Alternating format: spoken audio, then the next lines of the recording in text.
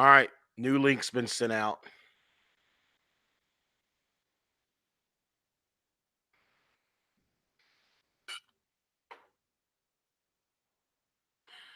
Hey, new link is out. Everybody check your email.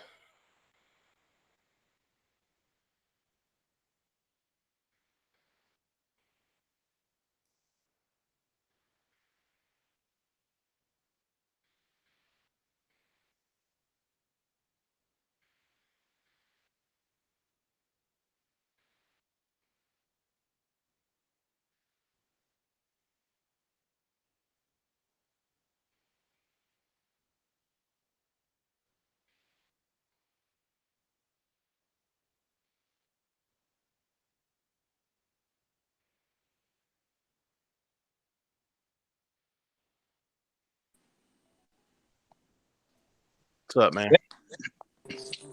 Okay, my shit's finally working. What's up, John? What's up? I was wondering when my phone was gonna start working right.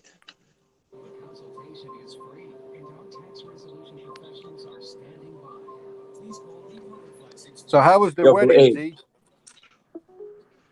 it went pretty good. We've all having a blast.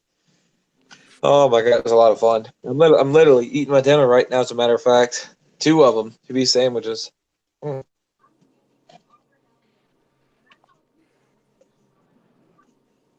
Shit. Dude, Isaiah's here. What's up, Matt? What's up, bro? You missed some crazy shit. Hey, Matt, believe it or not, everybody was pissy ass drunk tonight. Everybody was drunk. I gotta delete that other fucking video off my channel. Yeah, it uploaded, John, it looks like. Yeah, I know. I'm working on it. And speaking of it, Matt, I've been wanting to ask you something. Another little guy that I talked to in the group, he was discharging the capacitor with his screwdriver to take the leads off, the terminals off with his pliers, and blew his damn pliers apart. Damn. Yo. All right, I got that video deleted. Nice. Hey, You know what that means, John? This is gonna be like the beginning now, so that means it's gonna be 8 hours from now. Yeah, fuck that. Yeah, fuck that. Oh man, where's Adam? I don't know. I sent it to everybody like I normally do. I think they got him.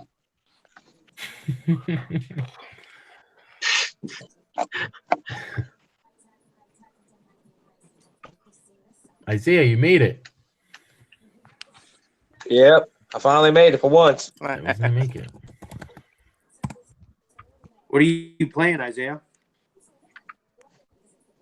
Fortnite right now. I don't think you hear us or something. Yeah. I can't My hear brother's us. playing. Fuck, I can't And hey, Matt, Matt, you ever?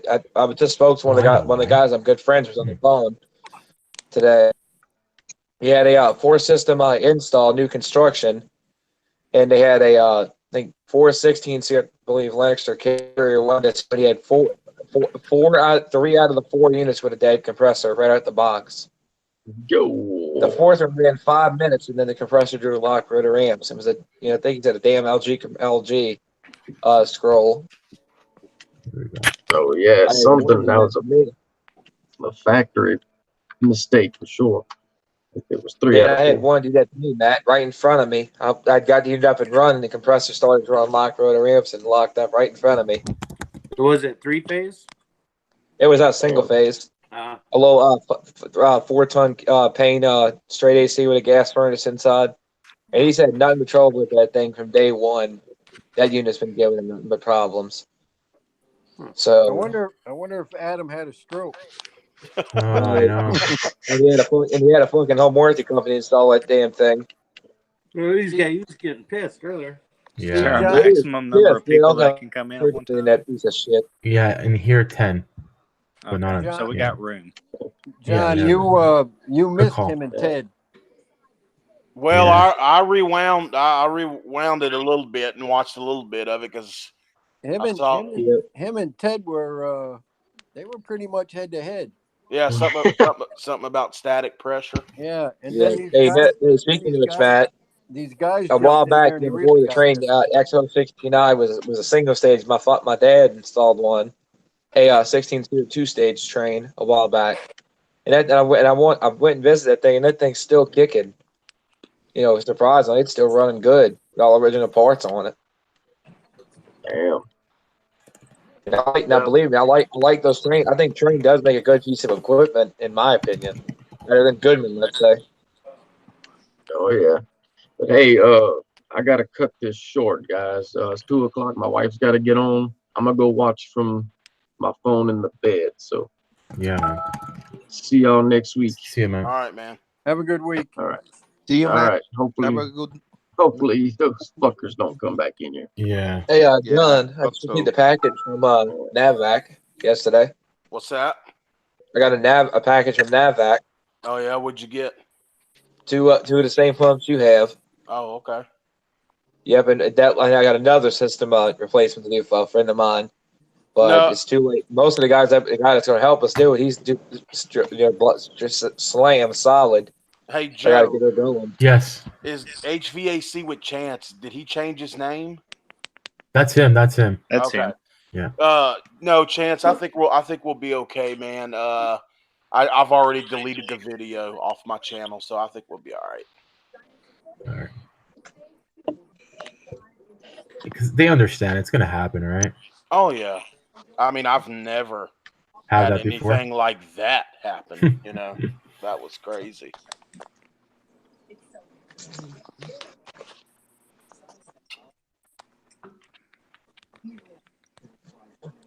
Who knows?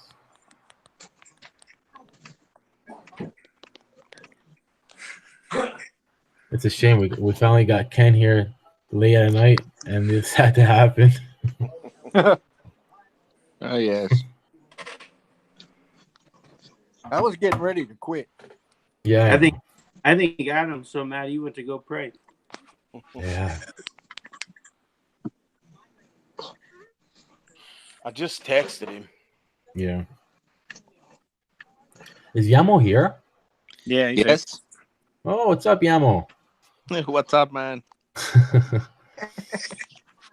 I finally Yeah. got the link from John. Thanks, John. Oh, no problem. Yeah, it's a lot of people in here today talking. Yeah, Full that house guy tonight. was really crazy. Well, that was crazy too, but even before that, it was. Well, I know, like real earlier tonight, like about an hour or so after I got y'all started, I checked that we were sitting there waiting at the restaurant, and I just checked in, and Mhm. y'all had a full house. Yeah. Yeah. That was nice.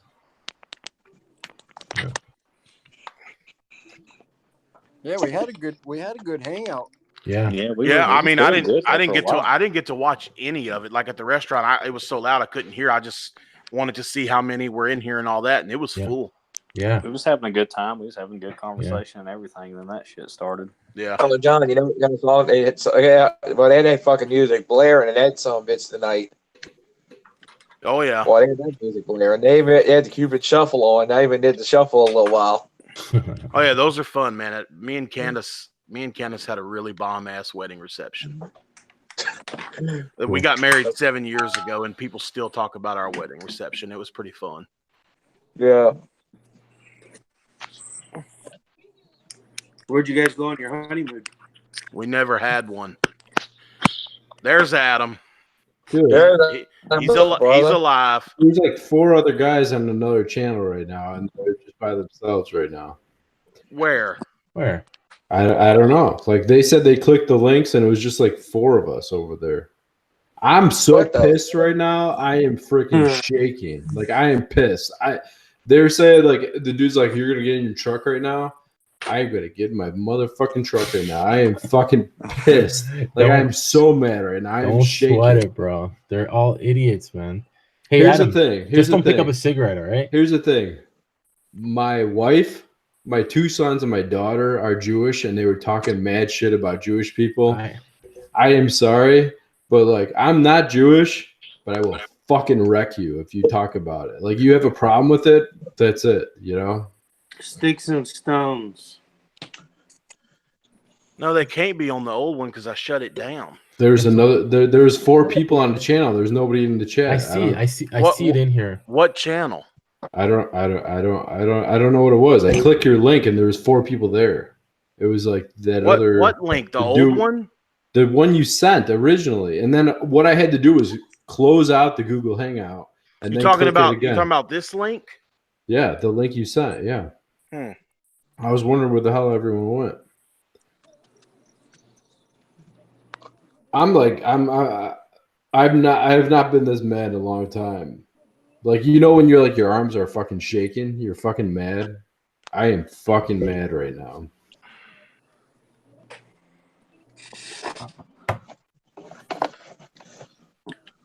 I got rid of that other one. Yeah. I deleted it off my channel. Good.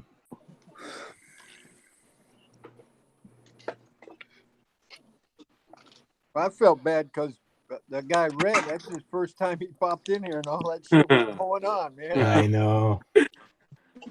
And he's new. Said, "Oh man."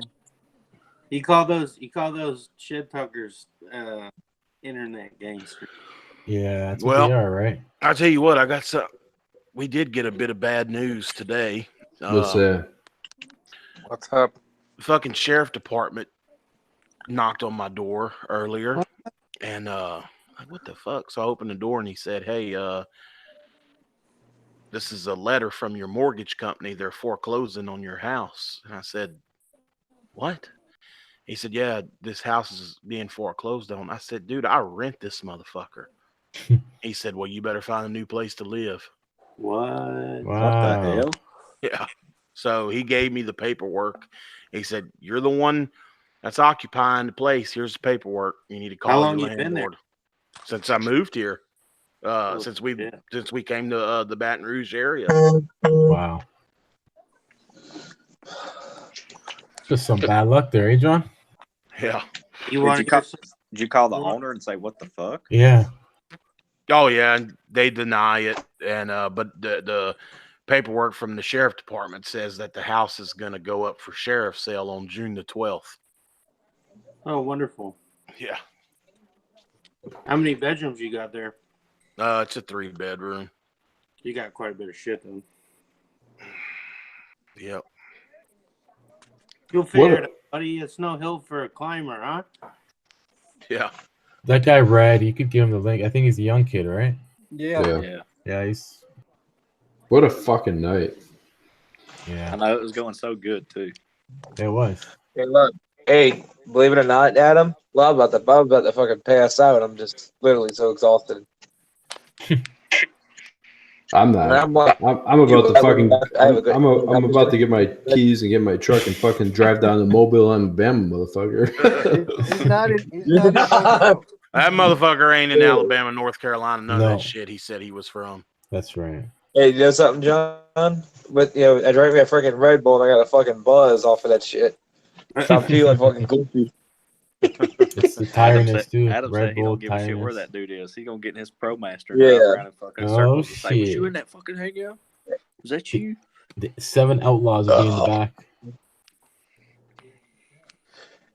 And I'm supposed to get rid of VOP. I think VOPs are Monday.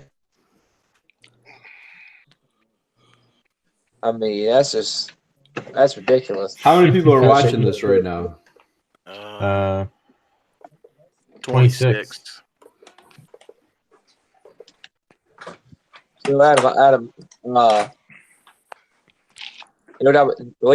I think I told you about the John Mullins Hillmore tool bag I had? Yeah. That motherfucker finally straightened itself out.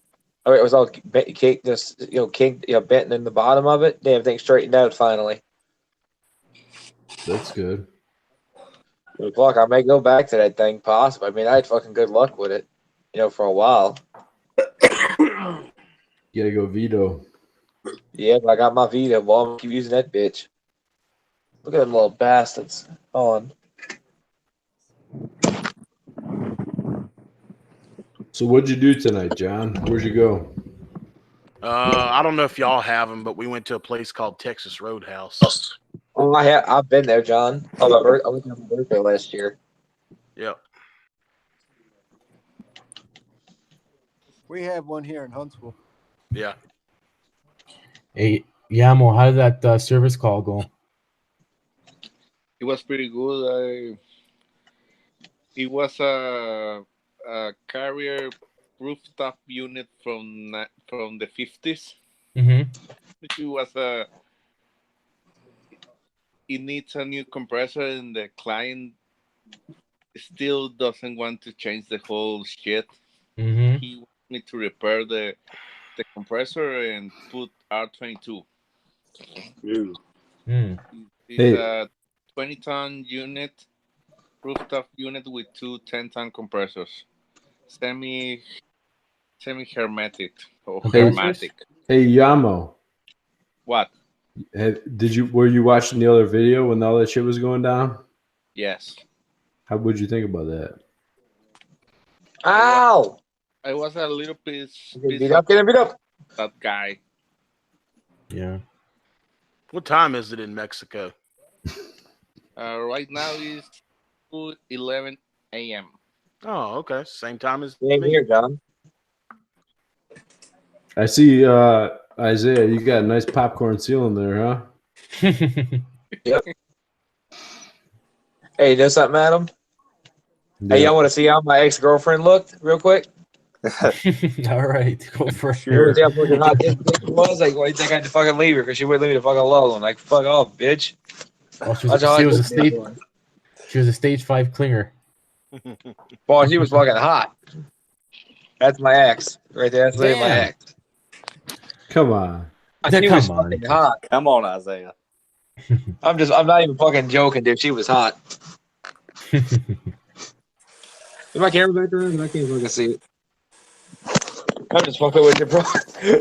Bro, Yeah. I'm literally so freaking goofy right now. It's not even funny. You go, I'll just fuck with you. See, this guy does that quite a bit. He says, I'm just fucking with you. Hey, believe it or not, Adam, the one meter I will never trust is that damn stick meter. I'll never trust that motherfucker again. And believe it or not, if a guys that use that damn thing, you're lucky you haven't gotten yourself killed yet from that freaking meter. The thing almost got me killed once. Yeah. About 240 something bolts across that damn contactor on a 3-phase unit. Not many do, but there's one guy, Mike, who stands by that. They were getting popped. That was not Right. fun. You know, like, all right, back to this thing about the other chat, dude. Like, honestly, it freaked, dude. I'm trying to drop it. It freaked, dude. Like, they posted my business number and my cell phone number on the chat. They posted that. You serious? Yeah, it freaked me out. Like, it's like, you know, that's why I said, like, dude, tell me your address. Let's fucking do this. No. The thing is, how did they get that? That's what I'm wondering. Like, they got to be hackers. Like, how did they get my fucking? They got my business and my cell phone number. Maybe this will influence you to get a Mac. Huh? You should get a Mac. Yeah. I don't got none of that shit, bro. That's why I got rid of Windows. Fuck that. I have no inclination how this all happened. Chance says, "Did you send him the email?" Because he says maybe that's why. Well, I think it all started with that first guy. Didn't y'all send him the email? I didn't send nothing to anybody, so I can't say. I sent out. There's a couple of people in the chat. They're like, "I want to come in. I want to come in." I'm like, "All right, I'll send you an email." Yeah, I tried first with Joe. Well, first off, it was Ted. Ted came in and he started talking like he's an Indian guy. Yeah. For the first 10 minutes. And then I sent, well, did I send it to Joe first? I don't know. And then we were just trying to fill it up. I was trying to send it to people that were posted their email. I wasn't saying post your email, send it to you. They were just posting their email. I want to come in. Red saying companies will sell your info to directories and people can look them up. Which is, yeah. It's no really big deal if Hey, speaking of which, you know, I had another AC guy reach out to me recently. He's fresh out of trade school and he's looking for some guys to watch. Learn some stuff about the trade. He wants to do commercial / residential HVAC. He's learning to do. He just started his own business a couple months ago. That's the one thing I want to do some days, get it going on my own. Well, you're lucky, Isaiah, that you have a father that's really well known Yeah, I'm and lucky. has good. Yeah, very lucky. I wish I had my father doing that. Right? Oh, that's So cool. it's one step in for you, right? Oh, no. Did you guys hear me take a piss earlier? No. I don't did. think so. Yes, I did hear it. You did? Yes, I swear I didn't say nothing, but I was like, when you said you had to go take a piss real quick and you'd be right back, I could hear you, and I was like, maybe these other motherfuckers don't hear this, but I hear this. I put it on. I put it on mute, but like I came back and the mute was off.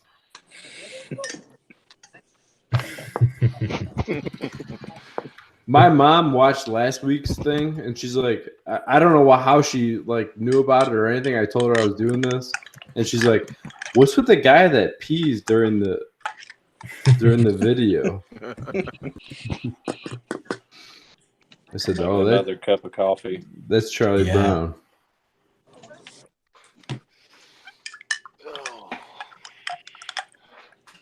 I love this freaking Keurig. This thing's a shit. Yeah, they are pretty sick, eh? Is that the one with the pods or whatever? Yeah. Yeah. Yeah, that's pretty cool. I never thought I'd like it, but I was notorious for making a whole pot of coffee and then I drink like one cup out of it. Yeah, And pour the rest of the shit out like 2 hours later. So now I just make a cup at a time. Some of them damn things are expensive too. Yeah. All right. Well, I think we got it under control now. I'm going to lay back down. All right, buddy. All right. Thanks for coming back. Oh, yeah. Yeah. Thanks for straightening out that shitstorm because I was about 30 seconds away from jumping the hell out. Yeah. Well, look, if it happens again, Joe, you got and Adam, y'all have my cell phone number. Call me or text me. Text me first. If I don't answer, fucking call me. Absolutely. All right, fellas. Y'all, y'all have fun. Have fun, bud. See you, John. Well, that was interesting. It was. Yeah, it was interesting. Ken was eating his gummy worms. I was eating my gummy worms. You and Tad were having a nice talk, and now that happened, right? Hey, damn it! Fuck! I forgot what I was gonna say now. Well, you know what? We didn't get to hear what happened with that call after, Yamo. So what happened after? What call out? No, the call. What happened with the call? So what'd you do? I click accidentally the call button to call up all of you guys so I can join the call, and immediately after I shut off the call, and then I realized that it was a kind of a hacker thing. Yeah. Yes. It sucks. It happens. Yeah, it happens. At first, that guy was fine, but then I didn't like the guy. It was insulting all of us. Yeah. Talking shit. This is HVAC channel and hangout to talk about HVAC and anything. Yeah. Well, you knew right away in the chat. He's like, let a black guy come in the chat. I'm like, obviously, we don't care if you're black, white, yellow. And he's saying that, so it tells you something right away, right? But I guess it happens. He's just trolling. Yeah, exactly. There is black people, white people. That's right. Nobody cares for that. I don't care. Yes. The thing is, it just makes me weirded. Is like, how do you get your giggles off that for making fun of Jewish people, Muslim people? You know, it's weird though, bud. It's just weird. Like that tells it's like you got some problems and some issues, man. I am. I'm head out, boy. I'm about to fucking pass out. Yeah, buddy. Thanks for coming in, bud. See ya. All right.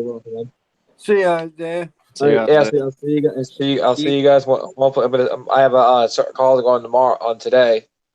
It's a two systems, a low north down in Goodman. That thing looks like a motherfucker every year. I gotta go gas that bitch up every year. This one's out of free on again. So wish me luck in that thing back running. Good luck, bud. Good luck, Isaiah. I appreciate it, my brother. Thank you. With you. Good luck, brother. Yeah. I will record it. Talk to y'all later. Bye. See you, buddy. Honestly, guys, like my wife would be so pissed if she saw this. I know. Because she does not. She is like, Jewish people don't like to let other people know that they're Jewish because they're like afraid of people being prejudiced against them. Of course. Hey, You know? Yeah. Adam, when your logo pops up, is your business phone number on that sticker? Yeah. Oh. That may be where they got your number. Well, they got that. They have my cell phone number too, which is not on the number. That's jacked up. Did they call you? Nobody called me, but they have my business and my cell phone. Well, Ted how always they got wins, it? bud. Shit. He's good, man. He's good. You gotta admit, Ted is pretty good. He got you, Adam. He did. He got me. I don't think you could top that one. And I it's don't kind of know. weird too because he didn't come back in. No, he's on the chat. He's in the chat. No, is he? Yeah. I don't have the chat going right now, but it's. I noticed. It's got to be. What is this called? Reverse racism, right? It's fucked up, dude. I feel bad for John. That sucks. And hey, listen, we can talk about anything on here, but that's something we had a lot of good conversations. We Yeah. had funny shit going on tonight, and it's a shame that nobody's going to see it I know. because of the bullshit that happened. You know what I mean? Yeah. So anyone that's watching this, because obviously this is going to be on YouTube now. There was a couple of guys, probably hackers, that came in, and they were just talking racist shit, threatening us, and what else, guys? Just They don't, being goofs. they don't want none of it. They don't want none of it. No. That was good. I gotta admit, Curtis, that was a good one. Well, you had two of you guys showing them what's up. I liked how Ted was pointing his gun right at the camera. He was like 1 inch away from the camera. Yeah, talking about Dick. Like, they were always bringing up Dick. Like, I don't get it. Like, they were just talking about anything. Stupidness. And they liked Adam. Yeah. Which makes me angry. Like, I'm not going to be able to sleep tonight. I'm going to be up fucking all night fucking pissed. They probably got a routine, and that's the same thing they say every time they get in. Which is what? Just shit talking. Oh, yeah, for sure, yeah. I just don't understand how they got Adam's cell phone number. That's the weird thing. I know he's not using a Mac. Adam, do you have like on a company website or anything? Do you have No. your cell? My cell phone's not posted on anything. That's weird. So, like, as soon as they posted my number, it showed up. You know how, like, sometimes, like, on the chat, like, it will immediately block somebody? Yeah. Without any of us blocking it. It just, like, automatically blocks it. And we can read what it says. Yeah. It said, I got you, or something like that. And it said my work cell phone, or my work number, and my cell phone number. That's what it showed. See, right after that, I got a link to go to a new chat. And it went right away. It rang once and disappeared. Yeah, I had somebody try to call me on Hangouts from unknown. Hey, Adam. Yeah, same here. Adam, text me John's phone number. You don't have it? I think that call was me, guys. I'm sorry. It's all good. Oh. Oh, you're good. Just text it to me. Don't put it in Google. You don't have it? I don't know. I don't know. I think I have it, but when all that confusion happened, I must have erased it when when we were having trouble with all that stuff. I don't know, but this I think we're just gonna no more people in the cam. I think what we're gonna have to do, like it's unfortunate, but like I think we're gonna have to not bring people that we don't know into the yeah. I mean, it sucks because it was a way of interacting with people, but you got to do what you got to do. Exactly. Why is Kelly asking just for Adam to let him for him to join? Why just Adam? Oh, Kelly's he's that other guy with the mustache. I don't have the chat up. I'm not going to bring it up. So if you want to send him a link, that's cool. I don't have his email anymore. If you want to send him a link, that's fine. I'm not sending anybody links right now. No doubt. Yeah. That's a dude with the mustache. Okay. At least we know. At least we know for the future who it is. Where's Joel in all this? I don't I know. thought he was in the field. He was having to go back to the field.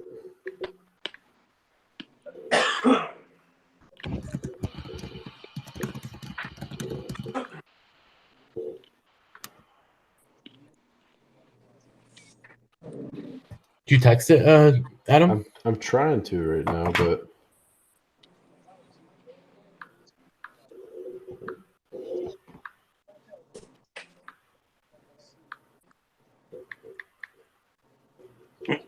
well, at least Chance got to see everything. He's in the chat, but at least he got to see everything. What happened? And Justin's been here, so. Do you think Joe Shearer saw all this? No, but at least Ted did.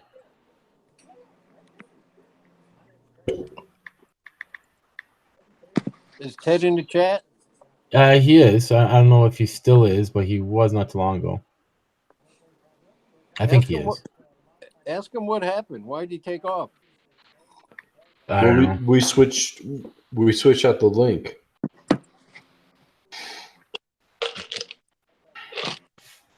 Kelly, I'm gonna write down your email, but I'm gonna hide it after. Who knows? Joe, what's the first two numbers your phone? 437.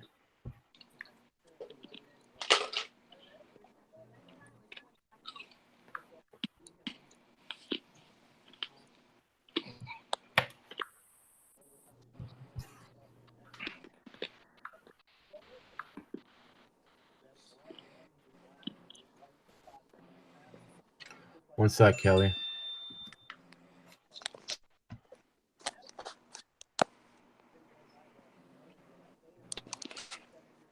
Yeah, he's still here. Okay.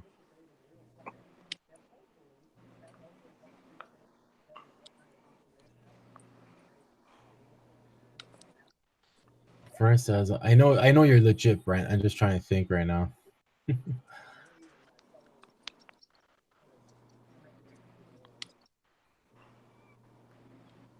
You got Brent trying to explain that he's legit.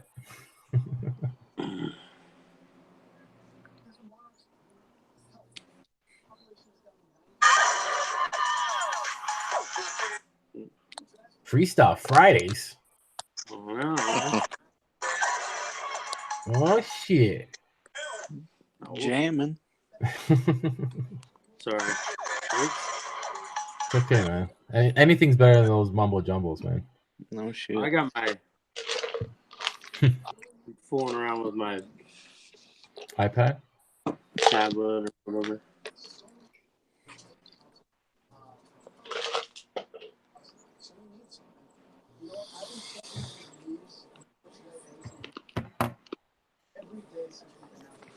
I think I'm going to have to physically, manually put all the stuff on my iPad, on my new iPad, because I can't get it to charge, so they won't be able to transfer it. Oh, you're in You one can't of those? get your current one to charge? Correct. Yeah, you probably, that sucks. I wonder if they could do it off my phone. If it's in the iCloud, whatever's in the iCloud. Yeah, is your Apple ID the same on your phone and your iPad? Yeah, they're both the same. They're You mirrored. should be able to just upload your cloud once you get your new iPad. As long as you have everything saved in the cloud on your phone, then when you get your new iPad, you should be able, once you log into your Apple ID and stuff, you should be able to just upload all that stuff from your cloud. I'm hoping. I got 13 years worth of maintenance calls on that thing. Good Lord. Yeah, that sucks, man. Wow. Yeah. It's a lot of history. Absolutely. And I'm pretty sure you have pictures of family and stuff too. Well, that's all on my phone. Okay, that's good. At least. My iPad just pretty much work stuff.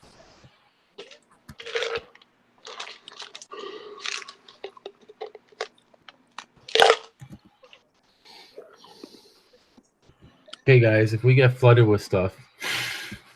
No, this guy's it should be him. He's good. I should pull up the chat. That American flag thing that you put up today does look pretty cool. It is cool, eh? Yeah. How can you pull up the chat and watch live too? You gotta open another page there, Ken. It is cool, eh? Oh, okay. Hey, How can you pull hey, put yourself on mute there, Adam. You rookie. I got it. I can't find my other one.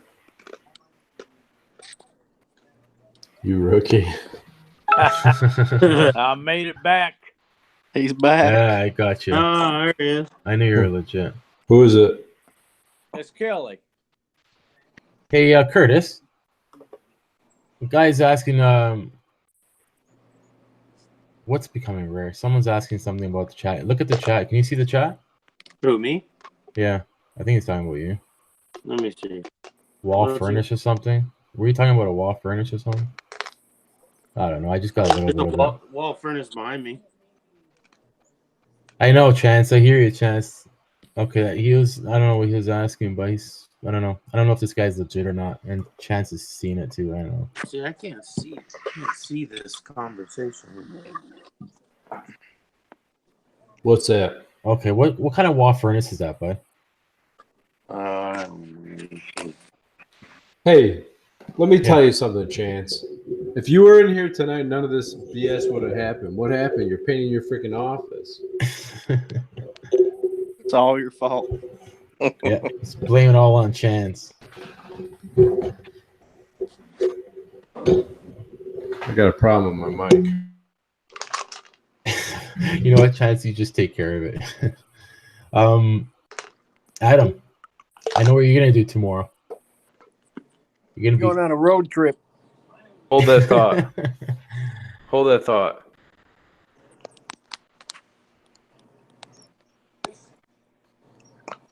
You know You're what? right, Ken. He's going to North Carolina, isn't he? Yeah. That guy ain't North Carolina, and he ain't Mobile. Well, You're he's right. damn sure. He could be from Indianapolis. We have a lot of like those downtown. I don't know, but it's a shame. That's all I'm gonna say. No. You know what's bullshit is there are so many people just like that all over the place. That's right. Yeah. It's crazy though how it's like it was like I don't know, it was like weird. It was like both coming in here. It was like fuck this and fuck that, fuck this. Like it's like I don't know, man. Well, You know what I mean? The funny thing, Joe, I thought he was legitimate at first. You know, I just thought he was just like messing with everybody. No, I had a hunch he was shitty at first because in the chat he was saying, "Hey, why don't you guys let a black guy in?" Like, who gives a fuck? We don't care who comes in. It's a Williams furnace. It looks like. It's a Williams furnace. All right. Really, Chance? What is it? Hold on. You can't see the chat, eh? Oh, I'm trying to put two and two together here. I'm not really paying attention to. Well, I'm paying You're attention. just gonna have but... to relay the chat to the rest of us. Okay, what's that? Williamson. Cool. Okay. It's Williamson. All right. Yeah, Williamson. Is it rare? Is it a rare furnace? I haven't seen one. Hey, I haven't seen a Williamson anything since 30 years ago. Yeah. It's an old apartment too. All right. 5-1. Huh? Williamson 5-1. Yeah, I don't think so either, Chance. I don't even know. I don't know.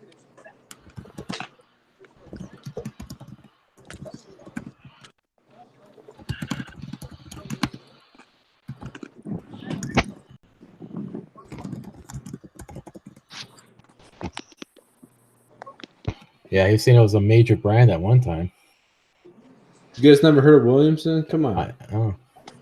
I think I've seen a Williamson bypass humidifier and a Williamson electronic filter like a long time ago, and it was old as shit at that time. I might have, You gotta open another page there, Ken. It is cool, someone's listening to the chat. Put yourself on mute there, Adam.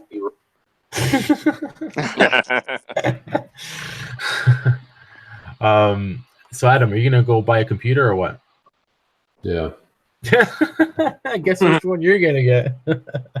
So Williamson used to make furnaces years ago, and they were the size of Volkswagen Bugs. They were called Low Boys. Low Boys? Oh, yeah. Yep, exactly.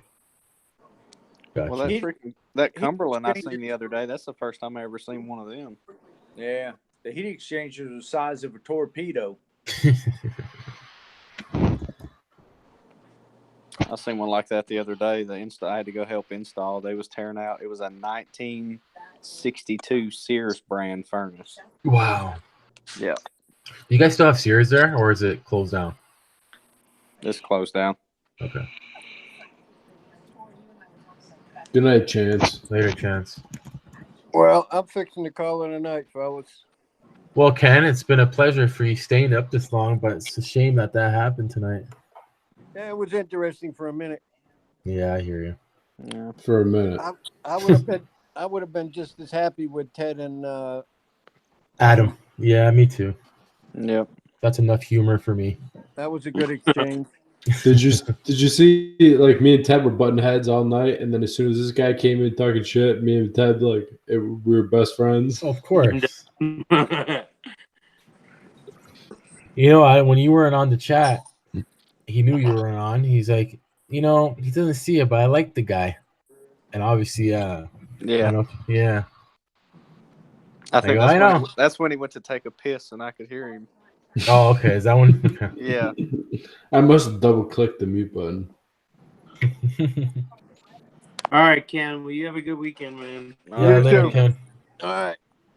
Bye. See you, bud. Chrysler Air Temps. I've changed a handful of those suckers. Chrysler? Does Chrysler actually make the air temps? I mean, they did back freaking 40 years ago or something. Wow. 50 years? I don't know what it was. Do you guys see GE equipment any? Old GE equipment? Occasionally. Yeah. I think I've seen Williamson in like portables when I was a kid, maybe. Chrysler air temps I'm trying to look up. Somebody's watching TV really loud. and then they turned it down. Oh yeah. Yeah. I haven't seen any GE equipment in probably 30 years. I think it's all gone here in Indianapolis. Yeah. Oh, is that where you're at in Indiana? Yeah. I'm about 3 miles away from the Indianapolis Motor Speedway. Oh, cool. You're right next to where a distant aunt lives. She lives like right across the street from me. She has to take her pictures off the wall when they have that going. Yeah, I try to get out of town when the race comes. It's loud, man. You don't watch it? Oh my god! Oh, I've been there. I've been there so many times. Oh. I just don't like the crowds anymore. I got you. I used to live in Crawfordsville. Oh yeah. That's about like 45 minutes from here. Yeah, it's a pretty town. I liked it a lot. I had some real good. It's quiet out there. I mean, now you're moving to the rural area. Yeah. The country folk. Well, I enjoy going to the race. I've been to Bristol over here. And cool, man. God, yeah. Bristol's awesome, man. Yeah, I bet. I think he's just sick of it. He's been going for so long, so many times, eh, boy? The thing is, they used to let us out of school just to go to qualifying back in the day. And now there's just the crowds that show up. They're just so disrespectful. They just don't crash everywhere and they're so loud. I just want to be away. I got you. Yeah, I would love to go on one of those, man. I remember I was over at her house one time, and you can't even hear what somebody's saying when they're right next to you. Wow. Inside the house. Wow. I remember I was over at her house one time, and who was that? Was that great? What's that? Me, I was opening the chat. Sorry. All good. Yeah, you can hear the cars qualifying from here. You can hear the race, especially when they have the special events right before the race starts. I can just sit in my driveway and watch fireworks and listen to the concerts all night long. Yeah, that's cool. I liked Indiana. Indiana was cool. I used to live in Illinois too, Adam. Yeah, whereabouts? I lived in Southern Illinois. It was called. Where'd you live? I lived in Galatia. Where? Galatia, Illinois. Never heard of it. Literally, it's like 1,500 people. Yeah. Small town. I also lived in Kingsman, Indiana. Oh, yeah. I know where that's at. Yeah. Man, if you blink, you miss it. Yeah, I know. It's a small town. All they got there is that, what the hell is it? The little supply store, and they got stuff in there it's been in there for a while, too. Yeah, that's the only thing there. Yeah, I remember we used to live. It still looks the same way, bro. I bet. Yeah, I used to. I went to Crawfordsville High School too. I played football there. Oh yeah. There's some big boys on. They ain't never won anything, as far as I know, though. Not really. Did you ever win a game when you were there? I don't think so, to be honest. And I played for like a year with them. Yeah, I can't. Oh. I don't know what the record's been in the past, but it ain't been good, I think. No. But, hey, I'm not all that familiar with Crawfordsville anyhow. I know where it's at. I drive through there all the time. Oh, that's cool. I liked it. As far as Illinois goes, my grandmother, she lived in Tuscola, which was just south of Champaign, Urbana. Yeah, the storms out there are crazy in Illinois. So freaking flat, man. It's so flat, everything blows across there. When I lived I saw something I thought was a dust devil, and it turned out to be a tornado. I thought it was a huge ass dust devil, and it turned out to be a goddamn tornado. Yeah, in Kingsman, we used to live. It was ghetto, but we lived in a trailer, like 5 people, and there was cornfields behind the trailer, and my sisters and I would play hide and go seek in the cornfields. Yeah. Oh, hey, man, going That's out in cool. the cornfields is fun. That's where the children of the corn live. Yeah, and then I watched that movie, and I never went back to. And then they had those locust bugs. They sound like power lines. Yeah, biggest bugs you ever see. Yeah. How in the hell did you end up in Oregon? Dude, I've moved all over the place. I actually grew up in Orange County, California. Damn, you have been all over the freaking place. Oh yeah, he's been everywhere, dude. That's a long way from Indiana and Illinois. I know. And I just had a buddy who lived out here, and I was just kind of tired of the rat race, and I kind of felt stuck at this job. I was working at a pharmaceutical company. I had like 3 walk-in freezers. I had 2 chillers. I had about 30 package units, and then like 15 split systems that I was kind of in control of, and they wouldn't pay me anymore. Somebody's stamp right next to you. Gotcha. Wow. Inside the house. What happened there? So you're like a state slut, Curtis. Kind of, yeah. It's been cool though. Like, dude, when I moved, I think our best football team was in Tennessee. I had this big black friend. His name was Kiko, and the kids would I was a new kid, so they'd kind of like pick on me. But when I started hanging out with him and playing football, then they'd leave me. Yeah, of course. Yeah, the funny thing about football, I was 6'2" as a freshman, 196 pounds. Damn. And my high school, while I played, we never won a single damn game. Pressure. And I thought I was the biggest, baddest dude there was. Yeah. And yeah, until you started playing, and you get 5 of them. Yeah. Well, I've only been in Tennessee and Georgia, and that's about it. I lived in Tennessee too. What part of Oregon? Someone's asking. Brent's asking. I live in Prineville. All right, cool. It's close to Bend. It's like Central Oregon.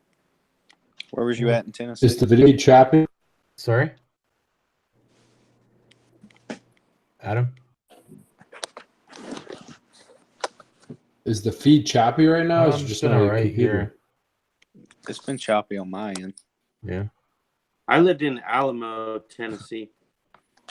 Where's that at? Out west Tennessee? I don't remember, to be honest with you. Small town there too. I used to watch the tornadoes coming. That's we nuts. had a cellar in the backyard. Yeah. Oh. Yeah, it's a little choppy, Adam. Yeah.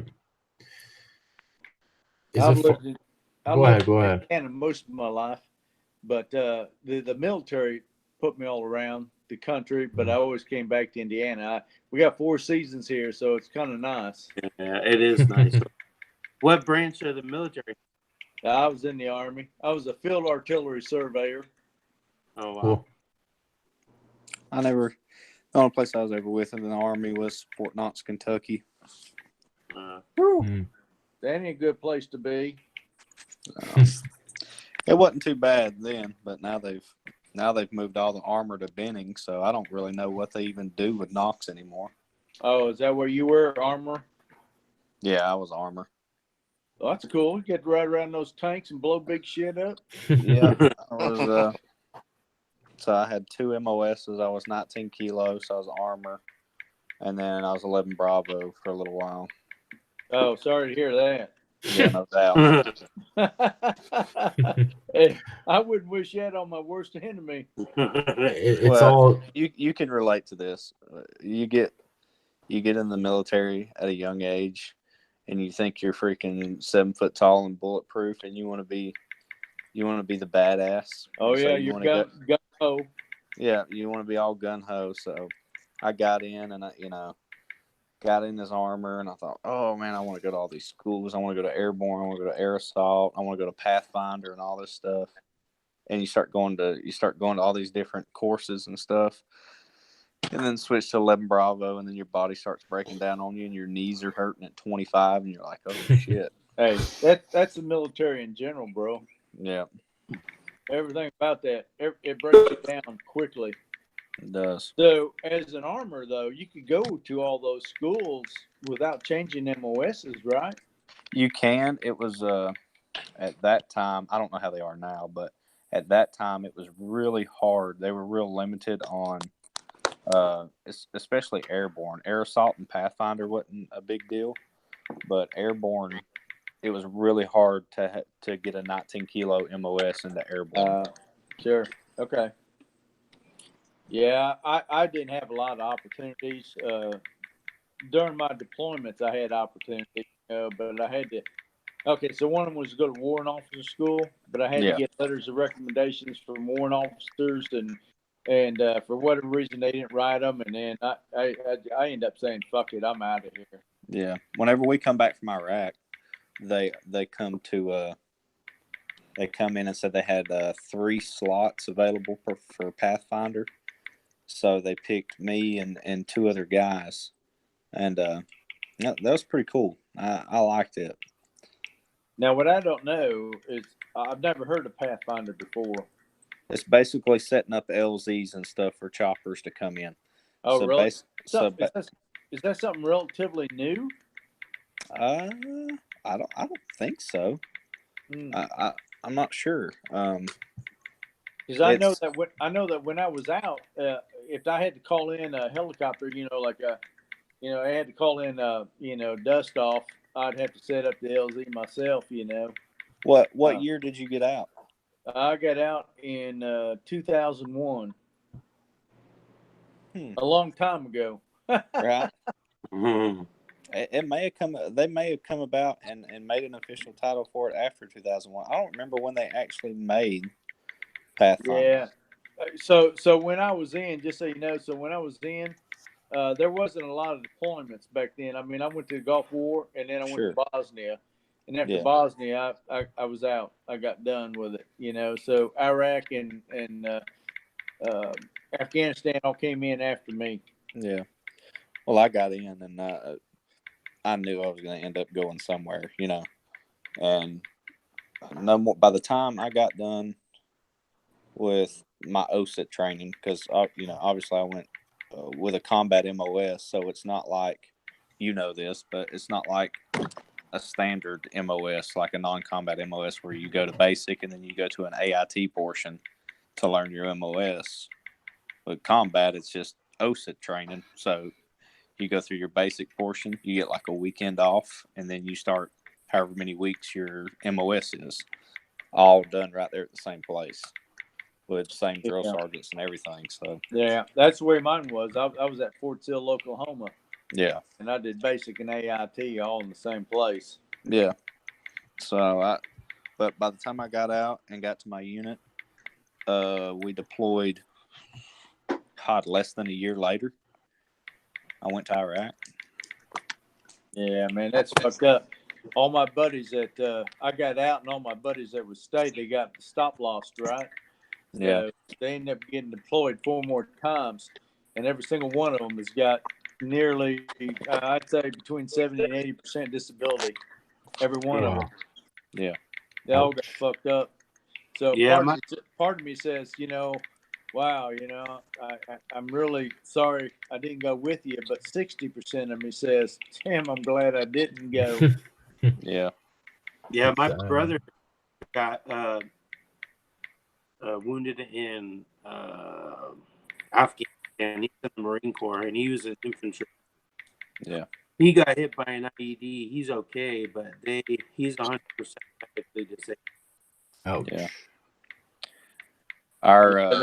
They're so sneaky. They're so sneaky with their IED placements, man. And they learn really quickly too. You figure out one way they do things, and they change it up and do it a different way. Yeah. Yeah. Like my brother used to get so pissed too, because he said that these fuckers would shoot at him, and then he would go into where they were shooting at.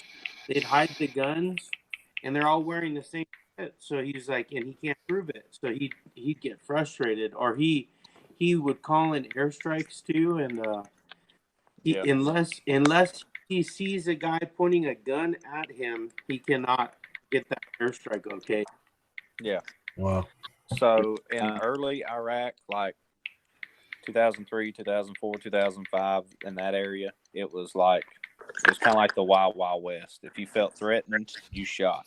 Yeah, it's pretty raw. It was pretty raw back then. And then by the time around 07, 08, 09, in that ballpark, it started getting really political, where, like you said, you had to damn near being shot at before you could return fire. It was stupid. Different governments? No, it had just got so political. It had got into the whole, we're turning it back over to its people, and we're working with the Iraqi army, and yada yada yada. I can tell you, in 08, like in Iraq, they have a highway that runs north and south. We called it Tampa. I don't know what they call it, but we called it Tampa, and that was where all the main convoy escorts, that's the highway they used to go in between fobs. Yeah. And on Tampa, every, 5-10 miles, you have an Iraqi police or an Iraqi army checkpoint where they have their people standing there 24/7 that's supposed to be checking cars and stuff. Oh, yeah. I can tell you, every time we got hit by an IED, I could throw a rock and hit the dude standing there. Yeah. So I'm supposed to trust that dude. He's supposed to be on my side. But he didn't see them come out here on this road and plant this IED and pave over it. He didn't see that. That's what you're telling me. Well, they probably Yeah. You know the truth in that thing. Yeah. They actually Right. pave over them as well. Oh yeah, they pave over it. Yeah. Wow, that's Now, nuts. see, when I was in Bosnia, they just put them in potholes because Yeah. the country is a third world country, right? Yeah. They had potholes everywhere, and it rained all the frickin' time. So they just placed them in potholes, and they were covered by water. So then the military police, their duty was to go clear the roads at night, and try to make them passable for everybody else during the day. They put one in a dead cow in the median one time. Oh, wow. Yeah. That is messed up. Yep. Shoved the bomb up the cow's ass. Wow. They're a bunch of cavemen. You should leave those damn people alone. How did that get ignited? Let them kill each other. How did the bomb get ignited in the cow's ass? With a cell phone. Oh. Yeah, that's what my brother thinks is what hit his, because he I don't know anything about the military, but he's driving in an armored vehicle that rakes the ground for IEDs. Yeah. And usually they're either timed, but this one was so far into where his vehicle was that they think it was a cell phone that got shut off. Yeah. Mm. Yeah, so like with our MRAPs, we called them rhinos, but everybody called them different things, and that's basically what it is. It almost looks like you took a hitch and put it on the front of your truck, and you put a trailer on the front of your truck, and you pushed it out in front of you everywhere you went. Yeah. And that's how that worked. And the idea was that if you run over a pressure plate or something like that, it hits that instead of your truck. Right. Okay. But later on in Iraq years, like you said, everything, a lot of it was through cell phones. So they'd have a lookout close to the road and say, okay, call it now. And some dude 2 miles away calls a number on a cell phone. There ain't shit you can do. Wow. No. Yeah. So when I was in Bosnia, this is the very, very much pre Afghanistan and Iraq war, just right after the Gulf. We didn't have the armament that the Humvees had in later years. Yeah. So, I mean, but what we saw, I don't know about you, but we saw so many women and children walking down the side of the road just getting blown up by IEDs that were placed on the side of the road, shoulder. It would be uncommon to see 3 kids and a woman die. I mean, just remember in a day. Yeah. Iraq people, man, they're ruthless. Yeah. Yeah. And a lot of it is, they're doing what they believe is right. Yeah. Yeah. That's how they've been raised their entire. People always say, like, even when I was getting ready to go to Iraq, they're like, "Oh, just it's you or them. Take them out, shoot them." Well, that's easy to say from somebody that's never had to do it before. Oh, exactly. When you're standing there looking at another grown man, that's right, and you have to take his life. Yeah. You're taking someone's son. You're taking someone's dad. Yeah. And he's doing what he believes is right. Well, and I had that conversation with my brother too, and I asked him. I said, "Dude, do you feel bad, that you've had to kill people?" And he says, you gotta put your mental frame of mind to the side. He says, it's either you or that man. And he says, I like breathing. I want to go home. Yeah. When you're there, that's how you have to look at it. Yeah. It has to be you or them. But you're talking about the aftermath. Aftermath. You start thinking about shit. Yeah. I actually never hear you talking about this, Justin. So. Yeah. Well, I mean, you don't. The after effects, and it'll haunt you for years. It has haunted me for years.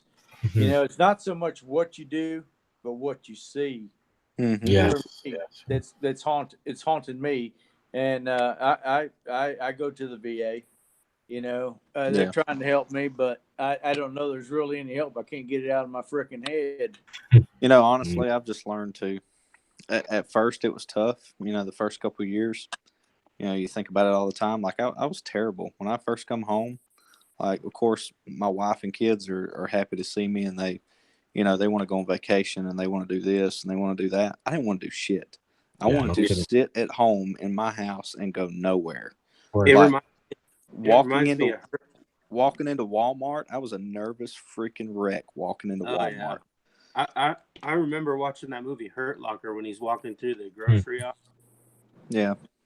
And it's just fucking, he went from like shit blowing up, shooting at people, and then he comes home and he's like walking through the fucking grocery aisle. He's like, what the fuck? Yeah. So, but over the years, you know, at first I was like, yeah, maybe I need to talk to somebody. Maybe I need to be on medication, blah, blah, blah. And I went and talked to a doctor one time. And he was a civilian doctor, but he was prior service, so he kind of understood. Yeah. And he put me on something there for a while. It was like, I don't know, anxiety medicine or something. Yeah. And I took that shit for like 3 weeks, and it made me a fucking zombie. Well, dude, that's what happened to my brother, bro. He got so doped up because he come home and he was he was jumpy as fuck. And he came home and they doped him up so much, he just walked around like a fucking zombie, and it ended up getting him like destroying his internal organs because all the shit he was taking. Well, I can tell you, after 3 weeks of taking that shit, I went back to the doctor and I said, "Here you go. You can have this shit. I'm not taking this." And he said, "Well, let's try something else." I said, "No, I'll deal with it my own way." Good man, Justin. Right. You know what, Justin? You're good that you're strong like that because a lot of people don't, and those things are really addictive. Those ones there, I know what they're called. Yeah, I don't remember. I don't remember what I don't know if it was. I don't remember what it was. I don't know if it was Xanax or what it was. Yeah, something like that. But they're.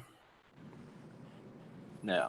It's the thing for me when I came back, you know, as a young guy, a boy or whatever, you're told to be strong, be tough. And, I you know, when I came back, I wasn't showing any of that stuff. You know, I was like, you know, I got to suck this shit up myself.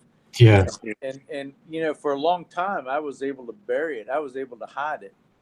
But after 20 years, for whatever reason, it started to surface to where I'd wake up and I'd with these terrible dreams, and I'd be crying, you know, and I couldn't get these little kids out of my mind, you know. That's what gets me.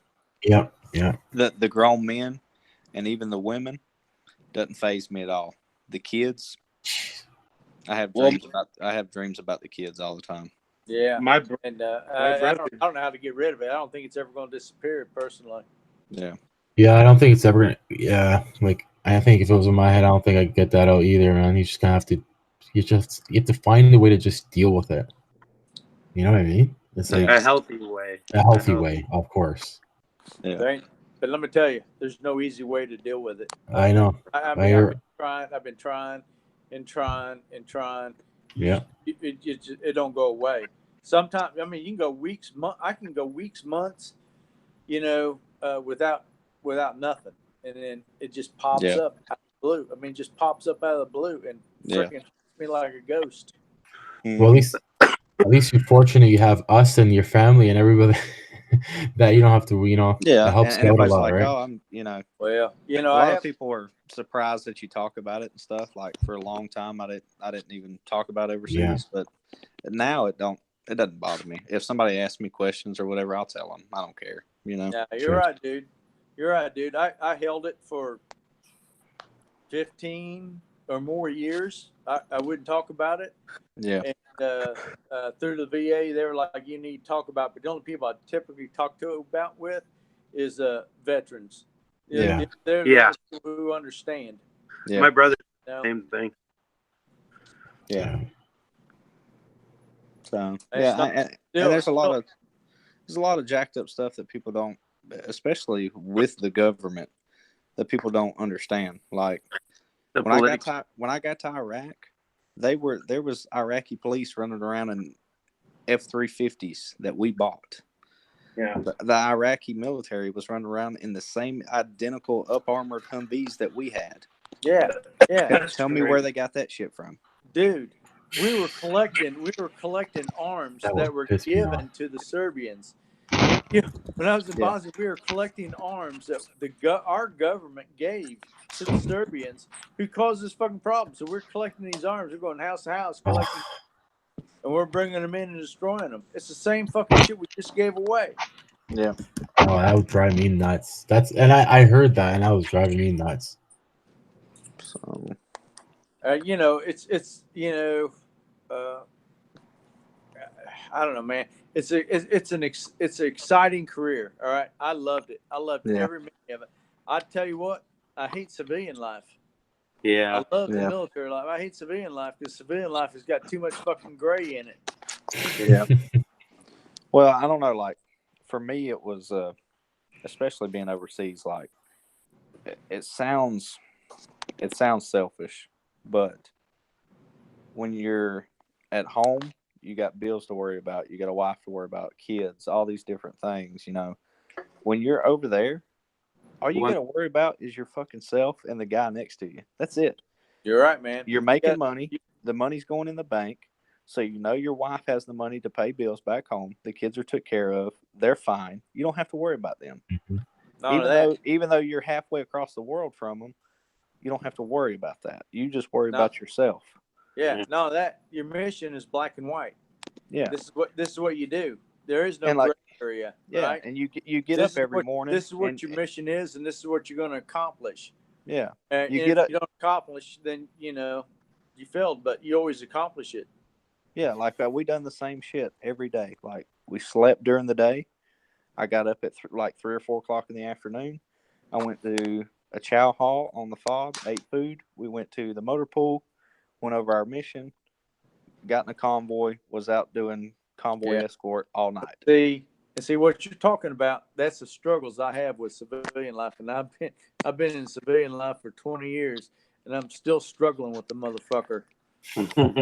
Yeah, I don't know, like you, but what I'm saying is like you know, you have a purpose, you have meaning, and you go out and you do things, and then you come home and you're like, okay, what the hell do I do now? Play dad, play husband, you know? Well, Yeah.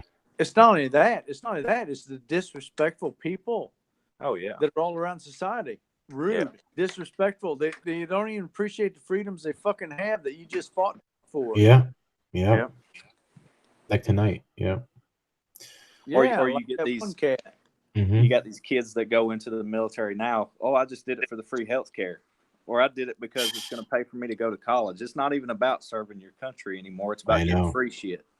Yeah. What do I get out of it? Yeah, exactly. I was just going to tell you guys should be proud. A lot of guys can't do what you guys do, and somebody has to do it. So it's pretty cool that you guys could do that for the people. And so both you guys and my brother got more balls than I do, because my brother and I did everything together. But when he said he's going to the military, I said, I'm going to school. I'll catch you later, bud. Yeah, no kidding. So you guys got it's guys like you and my brother that can fight. There's a lot of guys that done a lot more than I did. You know, I did 7 years, and after 7 years, it was taking a toll on my marriage. It was taking a toll on my kids. And I was kind of, you know, in the military, they say, if you're going to stay 10, you might as well stay 20 and retire. Yeah. If you're going to get out, you better do it before 10 years. Yeah. So I was at 7 years. It was time for me to re-enlist. And I, you know, if I re-upped, then I'm just going to stay for 20. But it was time for me to get out, make something of myself in the civilian world. And, you know, I miss it, but it's a tough life for a family man. I'm gonna tell you what, HVAC is a damn tough life. That's true. I think the army was easy. And you know, my wife has just got so used to me doing heat and air, though. Like, I go to work in the morning, and you know, she knows I'm not going to be home at a decent time, probably. Yeah. You know, she's not one of those people that start calling at 3 or 4 o'clock saying, "Where are you at?" She knows. Yeah.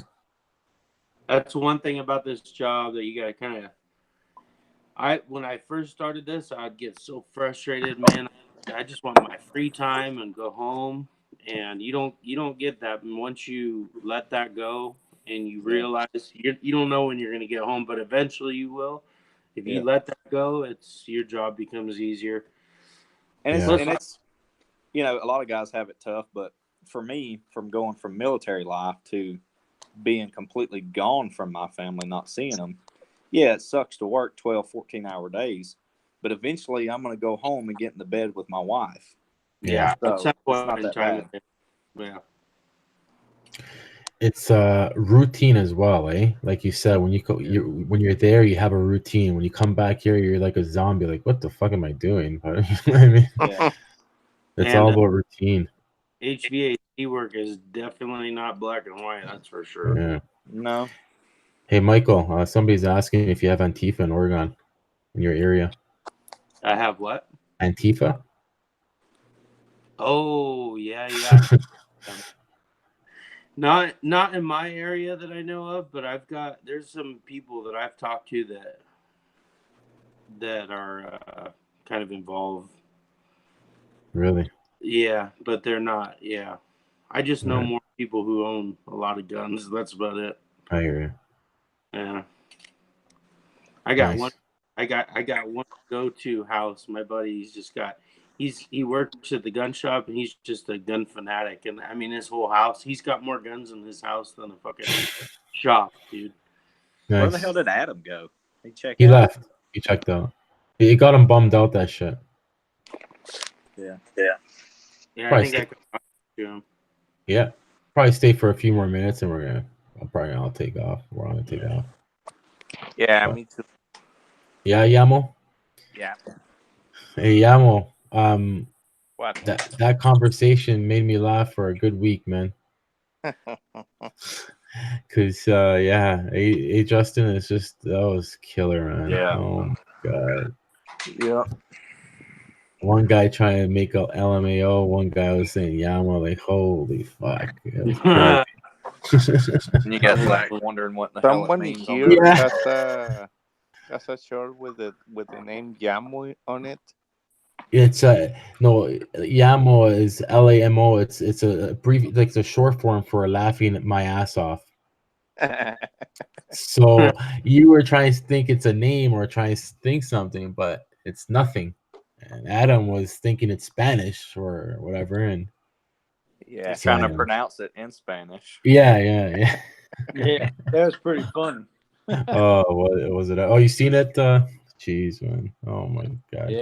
Yeah. So I've been watching the get-togethers for a while. This is the first time I've ever decided to try to join or anything like that. Yeah, why not? They get some cool conversations going sometimes. Oh yeah, And some of these guys, they know what they're doing, so it's absolutely. cool. Yeah, and I would like to. I mean, I heard conversations in the past. I'm like, oh, I wish I could have engaged in those. Yeah. Like tonight, it's probably pretty mild. I mean, actually, the most fun has been when that old cat joined in. Yeah. That's the most fun I probably had in a long time, fucking with him. Yeah. That's Yeah. Well, Justin, it's been nice spending this quality time with you, but I gotta go now. Yeah, man. Chris, see you later, buddy. All right, see you, I'll man. catch you guys. I'll catch you next week. Yeah, man. Have a Thanks for good coming one. back in. Yeah. All right, see ya. See you, man. See you guys. See you, Yamo. Or Yamo, are you leaving? No. Okay. So Yamo, you didn't tell us after what happened with that service call. You went there. The guy had something wrong with those 210. I can't speak. 210-ton It's compressors. a 20-ton rooftop unit. Okay. It has two 10-ton compressors semi-hermetic. Mm-hmm. One compressor is burned. Ouch. So I told the customer that you need to change out this unit because it's too old. It's from the 60s. Yeah. Oh my gosh. Yeah, That sucks. Is he going to replace it or does he want you to fix it?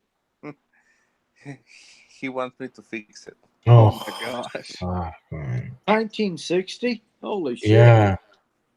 The customer says the house was built in between 1960 and 1962, and the rooftop unit was put on like from that year to until now.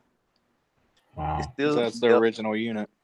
Yeah, for sure. Original unit and original compressors. One of them is still working, and the other one just burnt. I can't believe they lasted that long. Um, I think they would rust it away by then. yeah, but aren't those hermetics usually like that cast aluminum though? Well, that unit is semi-hermetic, and I told the customer it will be too expensive to replace this compressor. Yeah. Just Yeah. just fix it. It will be so much expensive. I don't care. Fix it. Okay. Wow. What kind of unit is like what make? It's What company? a carrier. Oh, wow. I think I would fix it with a new unit. Yeah. That would Yeah. be my fix. I don't understand that. Like they're gonna spend at least I don't know how much, almost $20,000 to fix this Oh. thing. Probably at least, yeah. Yeah. You know, like I know a guy here in Mexico that Monterrey, Mexico, that rebuilds AC compressors. compressors and other stuff. And Yeah. How much does that and cost? Like $2,000, $3,000 yeah, American? I figure. at least. Yeah. So, I work with my brother. It's a family business. He and I have been doing this for eons. We run across some old systems where a customer will say, well, just fix it. And we're like, no, you're going to replace it or, we're not going to deal with it. And a lot of times they'll say, well, just fix it. We're like, we just walk away. We don't do it. Yeah, that's right. Sometimes you do have to just walk away. That's right. Sometimes people are unrealistic and they don't realize. Mm-hmm. Exactly. I've walked away from many of them. You have to. Yeah. Otherwise, you're just putting yourself into greater liability. That's right. Big key right there. And I've been back to some that didn't like my price on a change out, and a year later they call us because they're having issues, and you go out there and somebody else has slapped in a freaking Goodman or whatever. Yeah, exactly. And then you end up getting to charge them hundreds of dollars to fix the other company's screw up. And That's so right. it's kind of like well, see, you just made greater profits just going back on somebody else's fuck up. Yeah. It's funny shit, eh? And they end up spending more in the long run too, right? Yep. Yeah. So. Yeah. Oh yeah. Exactly. Yep. You went with the other guy for a $400 difference, and now you get to spend $800 with me while I fix all this crap. Yeah. Yeah. So when you talk about that kind of stuff, I've had customers come to me and say, if we provide the equipment, will you install it? And I said, yeah. And I'll give them a price, and they're like, well, that's like 3 times what I just paid for the equipment. I said, well, I don't make any profit off of labor. Yeah. Sorry. Yeah. So if you want me to install your equipment, I will, but it's going to cost you big time. See, around here, they won't even. Most of us, we won't even install customer supplied equipment. Like I went to a guy's house one time that he had bought Goodman stuff offline, split gas equipment, and he already had it sitting in place. He was a pretty smart dude. I think he was an engineer or something. Yeah, probably. This was in the middle of the winter time is when he got the equipment, and he had already plumbed in his gas line and everything, and it actually looked good. And he had heated all winter with the furnace. Well, then summer was coming back around, and he needed somebody to braze in the case coil and the condenser outside and pull a vacuum and let the charge loose and get the charge right and stuff. And 5 companies had been there and seen the equipment already sitting in place and said, nope, we ain't touching it. And I went out there, and my boss was like, he's like, is it sized right? And I looked at it, and I'm like, yeah, it's sized right. And he's like, braze it up for him, but tell him we ain't responsible for nothing. Yeah. He's like, braze it up, freaking pull a vacuum and let the charge loose, get the charge right, and tell him it's his baby. Yeah. See, most of the time, once they hear my price, they're like, no, thank you. Because I'm not doing it for free. I'm not even doing it close to free, and they usually walk away, find, somebody working out of their garage to do it. Yep. Yeah. What we always do is just I think Adam mentioned it before too. Somebody wants us to do something like that, I just take the cost of our equipment out of the picture and charge them what the difference would be if I did the equipment and everything. So if I'd have charged, $6,000 to freaking replace the equipment, and he's got his own equipment, okay, I'll take the $2,500 or $3,000 or whatever you got in it, and you're going to pay me $3,000 to install. Oh yeah, at least. See now I didn't do that. See, I would take the price of the equipment and I'll get my normal multiplier on it, and then add that to the labor. So I wanted to get my commission, my profit off of equipment. Sure. Regardless whether I was providing it or not. Yeah. Yeah. I got you. So, we don't run into that very often, though. No. It's very rare. I would say that today we don't run into it that often, but in 1980s, we saw it a lot. I don't even know how they even got the fucking shit. But you know what?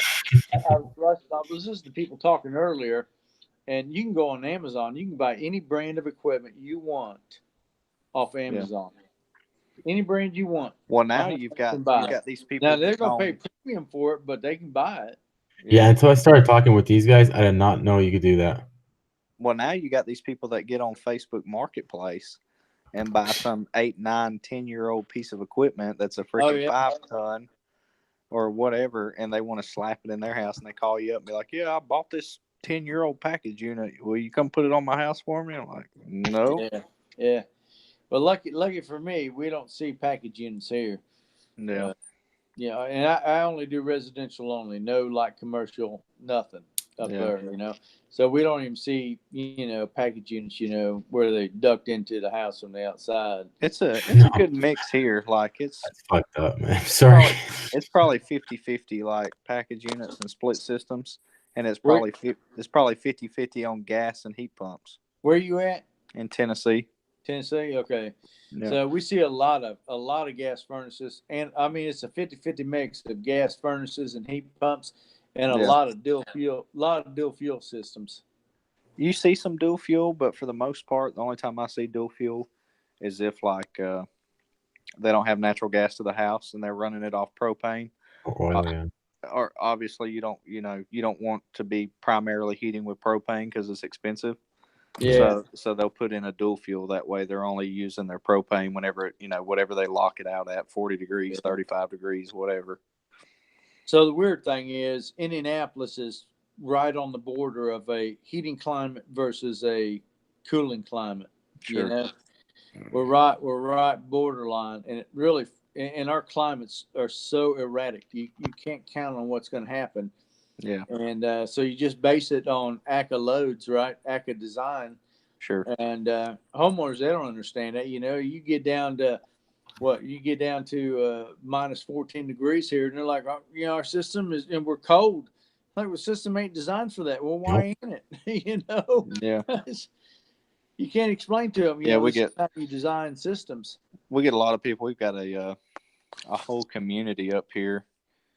They call Fairfield Glade. It's like this big. It's basically a small town that's nothing but a huge. It's the golf capital of Tennessee. So okay. Nothing but golf courses and like retreat type stuff for elderly people to do. And so, would you call that a retirement community? Basically, yeah. So we get a lot of people that move here from like Michigan or New York or wherever they come from up north, and they retire down here because the cost of living is so much cheaper here than up there. Right. So, and coming from New York and places like that, they're used to either oil or gas furnaces or stuff like that, radiant heat. And they come down here and they buy a house out there in Fairfield, and it's in an area that doesn't have natural gas, so it's a heat pump on the house. So the first time that it's 15 degrees outside or 10 degrees outside, they're like, this thing just runs and runs and runs and never shuts off, and it doesn't feel warm in the house. I'm like, yeah, welcome to heat pump world. Get used to it. Yeah. They just don't understand, Yeah. And like here in Indiana, in the Midwest in general, okay, big geothermal market. Geothermal is only 2% of the overall market. Yeah. But the Midwest has the abundance of geothermal installs. So I'd say 50% of all our installs are geothermal. Dang. See, they're few and far between here. They're here. I work on them, but they're very few and far between. Yeah. But you're right, though. Homeowners, they don't understand, regardless of what the heat pump is, whether it's geothermal or air source, they don't understand that there's a X amount of temperature that comes out of the plenum versus a gas, Yeah. I remember my sister, when I was a kid growing up, she used to hover over a register. We had a gas furnace, no air conditioning. We just had a gas furnace. She'd hover over the register with her nightgown, let that heat blow up to warm her ass up, Yeah. Well, I think what I hate the worst is we've got where I live at. We've got two big like recreational type lakes on either side of me. So there's a lot of houseboats, and I'd say 90% of them are geothermal houseboats. Oh yeah. So in the summertime, you get a lot of calls, and I have to go out there and get on a creeper or whatever, and get in the hull of this boat and get under there and work on a freaking geothermal that's in the bottom of the boat. It sucks. Good for you, man, because I wouldn't do it. It sucks. I wouldn't do it. I'd say, Well, a lot of and majority of it is just it pumps water up from the lake. Yeah, it's an open loop system. Yeah, so a lot of times what you'll get is they've sucked trash up or rocks from the lake or whatever. And like one time there was one time that he was I shouldn't have done it, but I did. He was actually at the dock and he wasn't getting any water, and so I wasn't far from my house. So I went and got swimming trunks and went back and got up under the boat, and he had a Dollar General plastic trash bag stuck in the pipe so it couldn't suck no water up. They didn't pay you enough for that, did they? No, they didn't. Here, if you see heat pumps here, it's always secondary heat. They'll have like floor warming, like radiant heat in the floors, boiler system set up. You never use primary heat as heat pumps kind of thing here. Obviously, because it gets colder than -14, right? Right. But you're not that far north of Indianapolis. I mean, no. I know where you're at. So yeah. I mean, it gets cold up. There's no doubt about it. You probably get a lot more snow. The cold temperatures. I'll be honest with you, we probably get more cold, actual minus degree temperatures in Indianapolis than you do up there. Yeah. But the thing is though, with heat pumps, we see a lot of dual fuel here. Some people, mostly because we get into rural areas, right? And so it's a rural electric mortgage company, RMC lines, and so they can be the last to be attended to, trying to get power back up. So they'll have generators that will run systems. Right. Until the power gets back up. Yeah. Cool. Yeah. The geothermal, it's a huge market here. And in the Midwest, and I'm not really sure about all the states, but the utility companies will give a huge rebate to install geothermal systems. Yeah. So that's how we see it happening. I've actually seen. I mean, there's been a couple occasions where I've seen people tear out geothermals and go back with standard freaking heat pumps. Yeah, no, I've seen that because people say, "Oh, this is costing me too much money," and they get an incentive to put in an air source heat pump. Well, the one that I can remember, he was a real elderly man. He was probably, I don't know, 85 or 90, somewhere in there. And he had an old geothermal. I don't remember what the deal was. I don't remember if he had leaks in the loop or what the deal was, but he was going to replace the equipment, and he was trying to debate whether he wanted to pay replacing the geothermal or just tearing it out and putting a heat pump in. And due to the cost difference, he's like, I'm not going to be alive long enough to reap the benefits of putting another geothermal in. So we did end up taking the geothermal out and putting a heat pump in. Was this with your company? Mm-hmm. Really? Yeah. They were raping him, because when you look at the cost of equipment replacement, the cost of a geo unit just by itself, because it's a package unit, that's cheaper than a combined, a split system. Yeah, but it was more than just replacing the equipment. I want to say he had leaks. It's a closed loop out in the yard. So how did he know he had loop? How did he know that he had a leak in the loop? That normally doesn't happen. There may be a leak in the heat exchanger, the secondary heat exchanger, but not you get not leaks in the loop. You get leaks in the loop up here quite a bit. Really? Honestly, yeah. Ground shifting, like why ground shifts I or don't know, frost? rock shifting or what. I mean, I'm right in the middle of the mountains, Mm. so I can think of 4 or 5 that I've had to put conditioner in to slow down leaks. Wow. Wow. Yep. The only time I've ever seen a loop leak is that somebody has trenched through the yard for whatever reason and cut the loop. Really? Otherwise, it's typically a leak in the heat exchanger. Yeah. Secondary heat exchanger. Yeah. No, I've seen quite a few loops leaking, and don't get me lying to you why that is. I don't know where the breakdown was. Could be just what Joe said. Rocks. It could be. Yeah. I don't know. I mean, I had one that I was having to he was on I think we maintained it every 6 months or something, or we checked it in the spring and checked it again in the winter or whatever. And every time I went out there, I'd have to juice it up every time because he had lost so much water. And Wow. I ordered some conditioner and put in it, and it slowed it down significant enough that I only had to juice it up like every 2 or 3 years after that. The thing is, just like a motor, if you have a leak going out, you're gonna have shit coming in. Yeah. Right. So isn't that shit getting fucked up with shit getting in? Like, I don't know. I guess it would depend on the pressure of the leak, I guess you could say. Oh. And it could be the loop installer themselves. They may have made a proper fusion. I think so. I mean, way early in the conversation, the podcast, I was talking to Adam, about it. I mean, I heard you guys talking about fusion. Yeah. Well, you use an iron that's at 510 degrees Fahrenheit, and you fuse the pipe and the fitting together. But if you have dirt in there, or you have to clean the fittings properly, you could have a weak connection, and that could leak. Yeah. Yeah. Or you see a lot of just poor installs when it comes to geothermal. I can remember going to one that was, I think it was a Florida heat pump brand, and it had a pump out on it. And whoever put it in, they did not put valves on either side of the pump. Of course. So it's like, how in the hell do you want me to change that freaking pump? What like idiots, man, honestly. Yeah. Just stupid crap, man.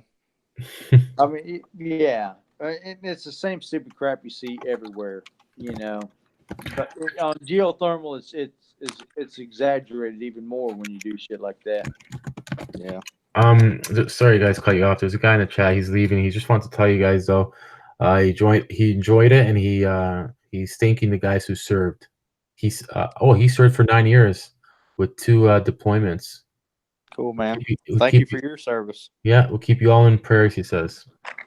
Thanks, man. I appreciate it. Yeah. That's pretty nice. Cool. He was actually, maybe that's why I think I might have missed it. He was asking where in Iraq. Hopefully he's still here. You could hear the answer. I was in Balad. Well, it used to be called Anaconda, but they changed it to Joint Base Balad, JBB or Joint Base Balad. It was a Army and Air Force kind of split up FOB. Cool. It's about 30 miles north of Baghdad. Okay. That's all I knew. He was all Chinese to me until he said Baghdad, and then I'm like, okay. So it's a funny thing for me. I'm still not accustomed to people thanking me for service because it's an all voluntary military. Right. Here in the US. It's always awkward for me too. Yeah. Like some countries, it's mandatory you serve at least 2 years or more. But with us, you know what? I don't think that's a bad idea. Honestly, I don't think that's a bad idea. I don't either. But you do know there are kids that just there's no way they're capable of even getting through basic training. So I mean, to be mandatory, I agree. I think that would be awesome. but somehow they got to call out those kids that just can't hack it. Yeah, but think about it this way. If you lived in a country where your entire childhood, you knew once you turned 18, you were going to have to serve 2 years in the military, you might be a little bit more prepared for it. If it was Yeah, you're right. Yeah. So you may not be a boy and then turn into a girl and then, oh, I got to go in the military. I'm going back to being a boy again. You know, when you were a kid, 14, 15, 16 years old, you'd be kind of preparing yourself because you knew you had to do it regardless. Yeah. Well, you know, parents can only do so much on discipline. And my son is a truth to that. I raised him as a military father. Now, he went into the military, but you can only give so much discipline. The military gives the rest of the discipline and responsibility that a parent can't give. Yeah. Even honestly though, I think even the military is getting soft on some stuff nowadays though. Well, I guarantee it's a whole lot different now than when I went. Well, I can tell you, when I went to basic training, you know, obviously cell phones were around and stuff, but like when I went to basic training, my cell phone got through in my duffel bag in a closet, and I didn't see that son of a bitch for 20-something weeks until we graduated. You know, and as far as phone calls home, I got 2-minute conversations on a payphone like every 3 or 4 weeks. Yeah, is when I got phone calls. Now, when my little brother went in as a CBRN, so he's basically like a gas specialist, I guess, but you know, chemical warfare specialist. And he went to Fort Jackson, South Carolina, I believe is where he went. Mississippi, right? In Jackson in Mississippi. No, I thought Fort Jackson was South Carolina. I'm not sure. I could be wrong. I don't know, but I know just a few weeks in, they got their cell phones back. Oh wow! And had their cell phones through majority of basic training and their AIT portion. Okay, so when I went through basic training, their cell phones didn't even exist. Sure.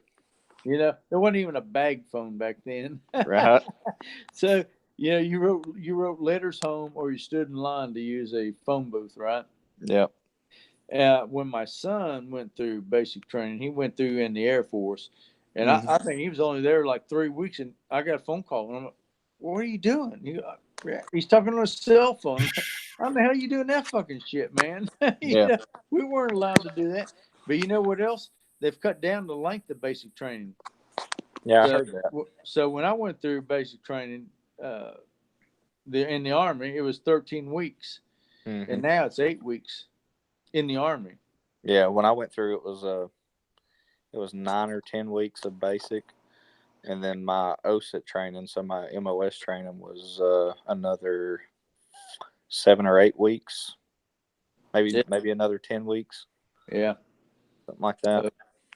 My basic was 13 and my MOS was 13. Yeah. But I can remember I didn't even get my first phone call till several weeks in. You know, I never got a phone call. Right. I think it's all letters. I think it should stay like that. It should stay, you know. You have to groom the guys, right? I don't know. Well, that's the whole point of basic training. You know, The thing is that you're taking kids from all walks of life. You've got a kid that's lived in the city his entire life and never touched a gun, to country boy from freaking Tennessee that's very familiar with a rifle. And you have to make all these guys come together and work together and be on the same page and operate the same way. Yeah. So the best way that you can do that is totally eliminate the outside world and make them be there together and learn together, fail together, and win together. You eliminate individuality. Yes, exactly. You're one unit learning to work together. So even though you come from a different walk of life, you know, when you leave there, when your training's done, you've got the same training as that other dude. Yeah. And now with them letting them keep cell phones and keep in contact with the outside world and stuff, it's just, I don't think that you don't get the quality. Yeah. of I guess soldier in a way. That's right. You don't get the quality of soldier that's what you used to. Well, the thing is that they want you to be able to have contact with your family. All right. They don't want your family worrying about you. So that was the whole thing. I mean, we were mandated to write a letter home every week. Yeah. Whether you had family, you had to write a letter to somebody, but they wanted you to maintain connection with your family so that they didn't worry about you. Yeah. At the same time, now they're breaking you down and molding you into one. So you're taking my platoon, 30 people or something like that, right. and trying to mold everybody into one, one machine. One order was given, one action was given. Yeah. I think we got 1 hour on Sundays to write letters. Oh, did you? 1 hour. Wow. 1 hour on Sunday afternoon to write a letter. I tell you what, the worst thing for me about basic training was cleaning the billets. Yeah. Man, they come through, the DIs would come through with white gloves. I mean, if there was a dust anywhere, they freaking find it. There's no way you could make that place spotless. As hard you learned how to make your sheets really tight on a bunk too. Hey, dude, I slept on the floor. You didn't want to mess up your bed. You didn't want to mess up your bed. That's exactly right. That's exactly right. I didn't want to have to fuck with that shit. I slept on the damn floor. Yeah. Wow. And regardless of what you did, man, you could try to be straight and do everything like you're supposed to, but you're always going to have that one guy that screws it up for everybody else. So if you got a leave weekend coming, forget it. It's toast. Mm. You got fire guard at night, so you have to get up 1 hour at night and clean and buff floors and shit like that, and your time might be 2 a.m. So fire guard that had it from 1 to 2, they're going to come wake you up at 2 o'clock and say, okay, it's your turn. And you're supposed to get up and clean for an hour and then wake the next guy up. And you'd always have that one guy that wouldn't get his ass up out of the bed. And drill sergeant walk around and that wasn't nobody cleaning. And he'd go check and that dude be in the bed. Well, guess what? Everybody got their ass woke up at 2 o'clock in the morning. And they took you outside and PT'd your ass to death in the freaking mud at 2 o'clock in the morning because some guy couldn't do what he was supposed to do. Yeah. Where'd you do your basic at? Fort Knox, Kentucky. Oh, man. Yeah. Rough. Yeah. Yeah. This sounds pretty rough. Don't you guys do you guys all gang up on the guy who didn't get up? Oh, yeah. Yeah. You know what? Your atmosphere is almost like jail, to be honest with you. It was called, hey Joe, it was called a blanket party. Mm-hmm. What does that mean? You'd wrap socks up with oh, gotcha. Okay. Yeah. soap or whatever. You go around to the guy's bunk, you tie him down, and just beat the living snot out of him. Yeah, put some soap in the socks and some. I hear you. Yep. He'd either straighten up real quick or he'd go his ass to the house. One of the two. Yeah. Okay. I was wondering. I figured. I mean that sounds really asshole-ish, but when you're having to reap the consequences of him being a dumbass because he can't get on board with what everybody else is doing. Yeah. You get tired of not getting any sleep or not getting to eat. Yeah. In-house medication. People start doing crazy shit, man, when they don't get no sleep. Oh yeah, but fucking right. I mean, but the type of guy. I mean, you'd be amazed, Joe, at the guys that show up in the military. My first night in basic, actually the first week in basic, we had guys crying. Oh yeah. Single night for the mama, crying for the mom. And I was always shocked that they never washed out. We had a guy that they would stay. Wow. I actually got in a fist fight in boot camp. There was a guy from Michigan that I guess he was just super young and super obsessed with his girlfriend. Oh, fuck. Like 6 or 7 weeks in, he got a Jody letter. And basically what that is, Joe, is that... Yeah, I was going to ask. A Jody letter, it's like... So there's a going phrase in the Army is that when you're gone, Jody's going to run off with your girl. Oh. Jody is this figure that steals your girlfriend. Yes, gotcha. So he got a Jody letter that his girlfriend was leaving him, and she had met someone else.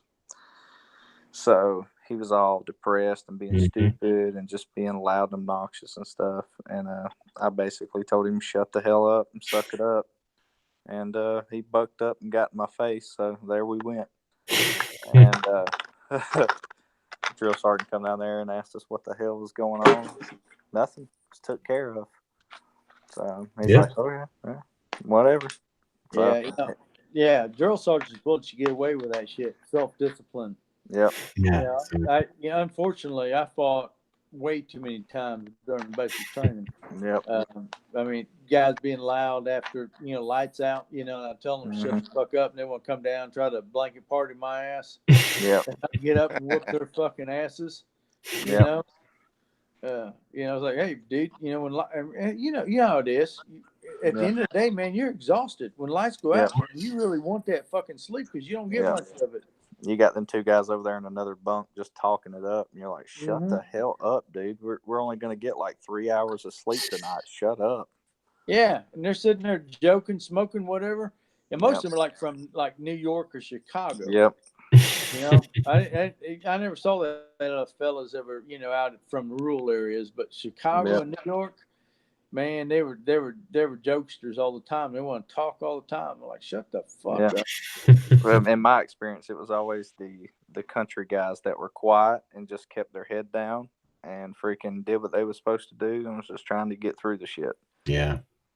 So now, were you raised in Tennessee? I was raised in. I'm originally from Southeast Georgia. Raised in the country. Raised in the country, small town, one red light, you blink, you'll miss it type town. Yeah. And, so you clearly know, you understand it when you go to basic. Yeah. You're right. Country folks kind of stay quiet. They know what a day's work requires. Yeah. Hey, I actually enjoyed I don't remember how many weeks in it was. I think it was like 4th or 5th week when you finally start going to the range and qualifying. I'm like, hell yeah, this is right up my alley. Let's go shoot some rifles. And it's funny, you look around at the young guy, other guys that are from like the city and never seen a gun in their life. And they're scared shitless because they don't know how to shoot. I'm like, hell, just let me go first. Let me go ahead and get my qualifying done. They start having problems. They get up and their barrel's not downrange. Yeah. You got drill sergeants, you're all over their ass. You're like, damn, fucking point that thing downrange, I'll tell you what we did. We had two guys. I don't remember where they were from, but they had went down there like, God, probably 4 or 5 times and never could qualify. And me and another guy switched nameplates with them, and I went down there and shot on his behalf with his name on my chest to qualify him so that we could hurry up and get the hell out of there and go back to sleep. Nice. Wow. And the crazy thing is, it's not even that difficult. Yeah, no, it's not. But we had, I had not my platoon, but another platoon next to us. And we were in quads, and they had a guy that could not do one push-up, not one girl's push-up. He ended up getting recycled. I don't know what happened to him. We called him Baby Huey because he looked like Baby Huey. He was just this huge fluff. Yeah. And like, how the hell did you even get recruited?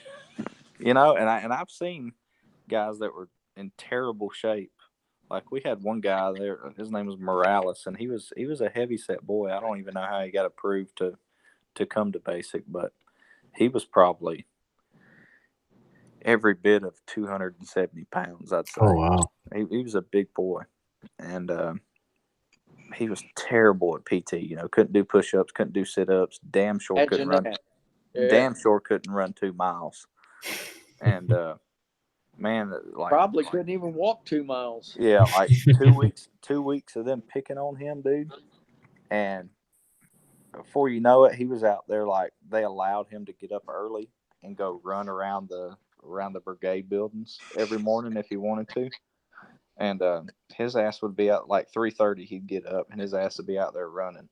Wow. And by the time we graduated, he was less than 200 pounds. He lost over 70 pounds while we were there. Oh yeah, I can see that. Because he was motivated and actually wanted to do it. Yeah. And the whole thing was he didn't want to let his mama down. Oh wow. Good for him. Now, the funny thing is, we'd fall out for PT, and it'd be early in the morning, and I was kind of like, screw this shit, and I'd just do half of it, right? PT test came along, a remedial PT test. I just like, fuck it, I'm only going to do half of it, right? Well, next thing I know, I get stuck on remedial PT. Yep. So early in the morning, before everybody else wakes up, you're being called out to do remedial PT. I'll guarantee you, the next time PT test rolled around, I passed that son of a bitch. Yeah. No more of that fucking around shit. Is PT like some kind of performance test or like? Yeah, physical fitness test. Yes. So like it's different for different age brackets, but like when I was in the youngest age bracket, so if you were 18 to 25, I think is what it was the youngest age bracket, and you had to do 42 push-ups in 2 minutes, you had to do 53 sit-ups in 2 minutes, and you had to run 2 miles in right around 15 minutes. It was somewhere around 15 flat. Yeah, it was definitely less than 16 minutes. And then once you got above 25, or maybe it was 27, the next age group was like, say, 25 to 32 or something like that. And then it went to 40 push-ups, 50 sit-ups, and like a little over 16 minutes to run 2 miles. And then it progressively got up from there in age. Like I had a platoon sergeant that was he's probably late 60s. He was a E7, and we used to always, get bitch fucked up someplace along the line. Yeah, but we used to always give him shit because like we go take a PT test. His name was Sergeant Lambert. We were like, hell, Sergeant Lambert, he's got a fucking day and a half to run his damn 2 miles. He's so damn old. So you were saying he's an E7. That's like a higher position, right? It's a sergeant first class. So you're saying he fucked up because he doesn't have a better position, or? Yeah. At that age to be an E7, he fucked up someplace along the line. It's one of two things. Either he's not been a lifer and he got in really late and he's just now making E7, or he's been in for a long time and he just been passed over on promotion, or he's fucked up somewhere and it's took him forever to get ranked up. How do you get fucked up? Like what would you do in there that you could fuck up? I mean, lots of things. It can be anything. It can be anything. Yeah. Anything. It could be something as stupid as getting popped for a DUI. Oh, okay. It could be piss in a public building. You could fail PT over and over and over and over. Just stuff like that. Yeah, if you're flagged on PT, if you don't pass your PT test, you're flagged. You can't be promoted. You just sit where you are. I got you. Because typically, Joe, an E7 is made after about 15 years worth of service. Yeah. If you're not an E7 by then you ain't never gonna go anywhere. Yeah. Yeah, I think I made buck sergeant or E5 sergeant, standard sergeant. I made it in 4 years. I think maybe 5. Did you go in as a E1? I went in as a E2. Okay. Yeah. I made E5 pretty quickly, but then I fucked up and got busted down. Yeah. And then I ended up making E6 after 12. But my wife had a problem with me going away to NCO schools, going away. Yeah. So I kind of got stopped. My problem was I made it up to specialist really quick, and we were so full on sergeants. Like, we didn't have any slots available for sergeants. So they made me a corporal for a long time. And then whenever we come back from Iraq, a lot of guys cycled off and went other places or whatever.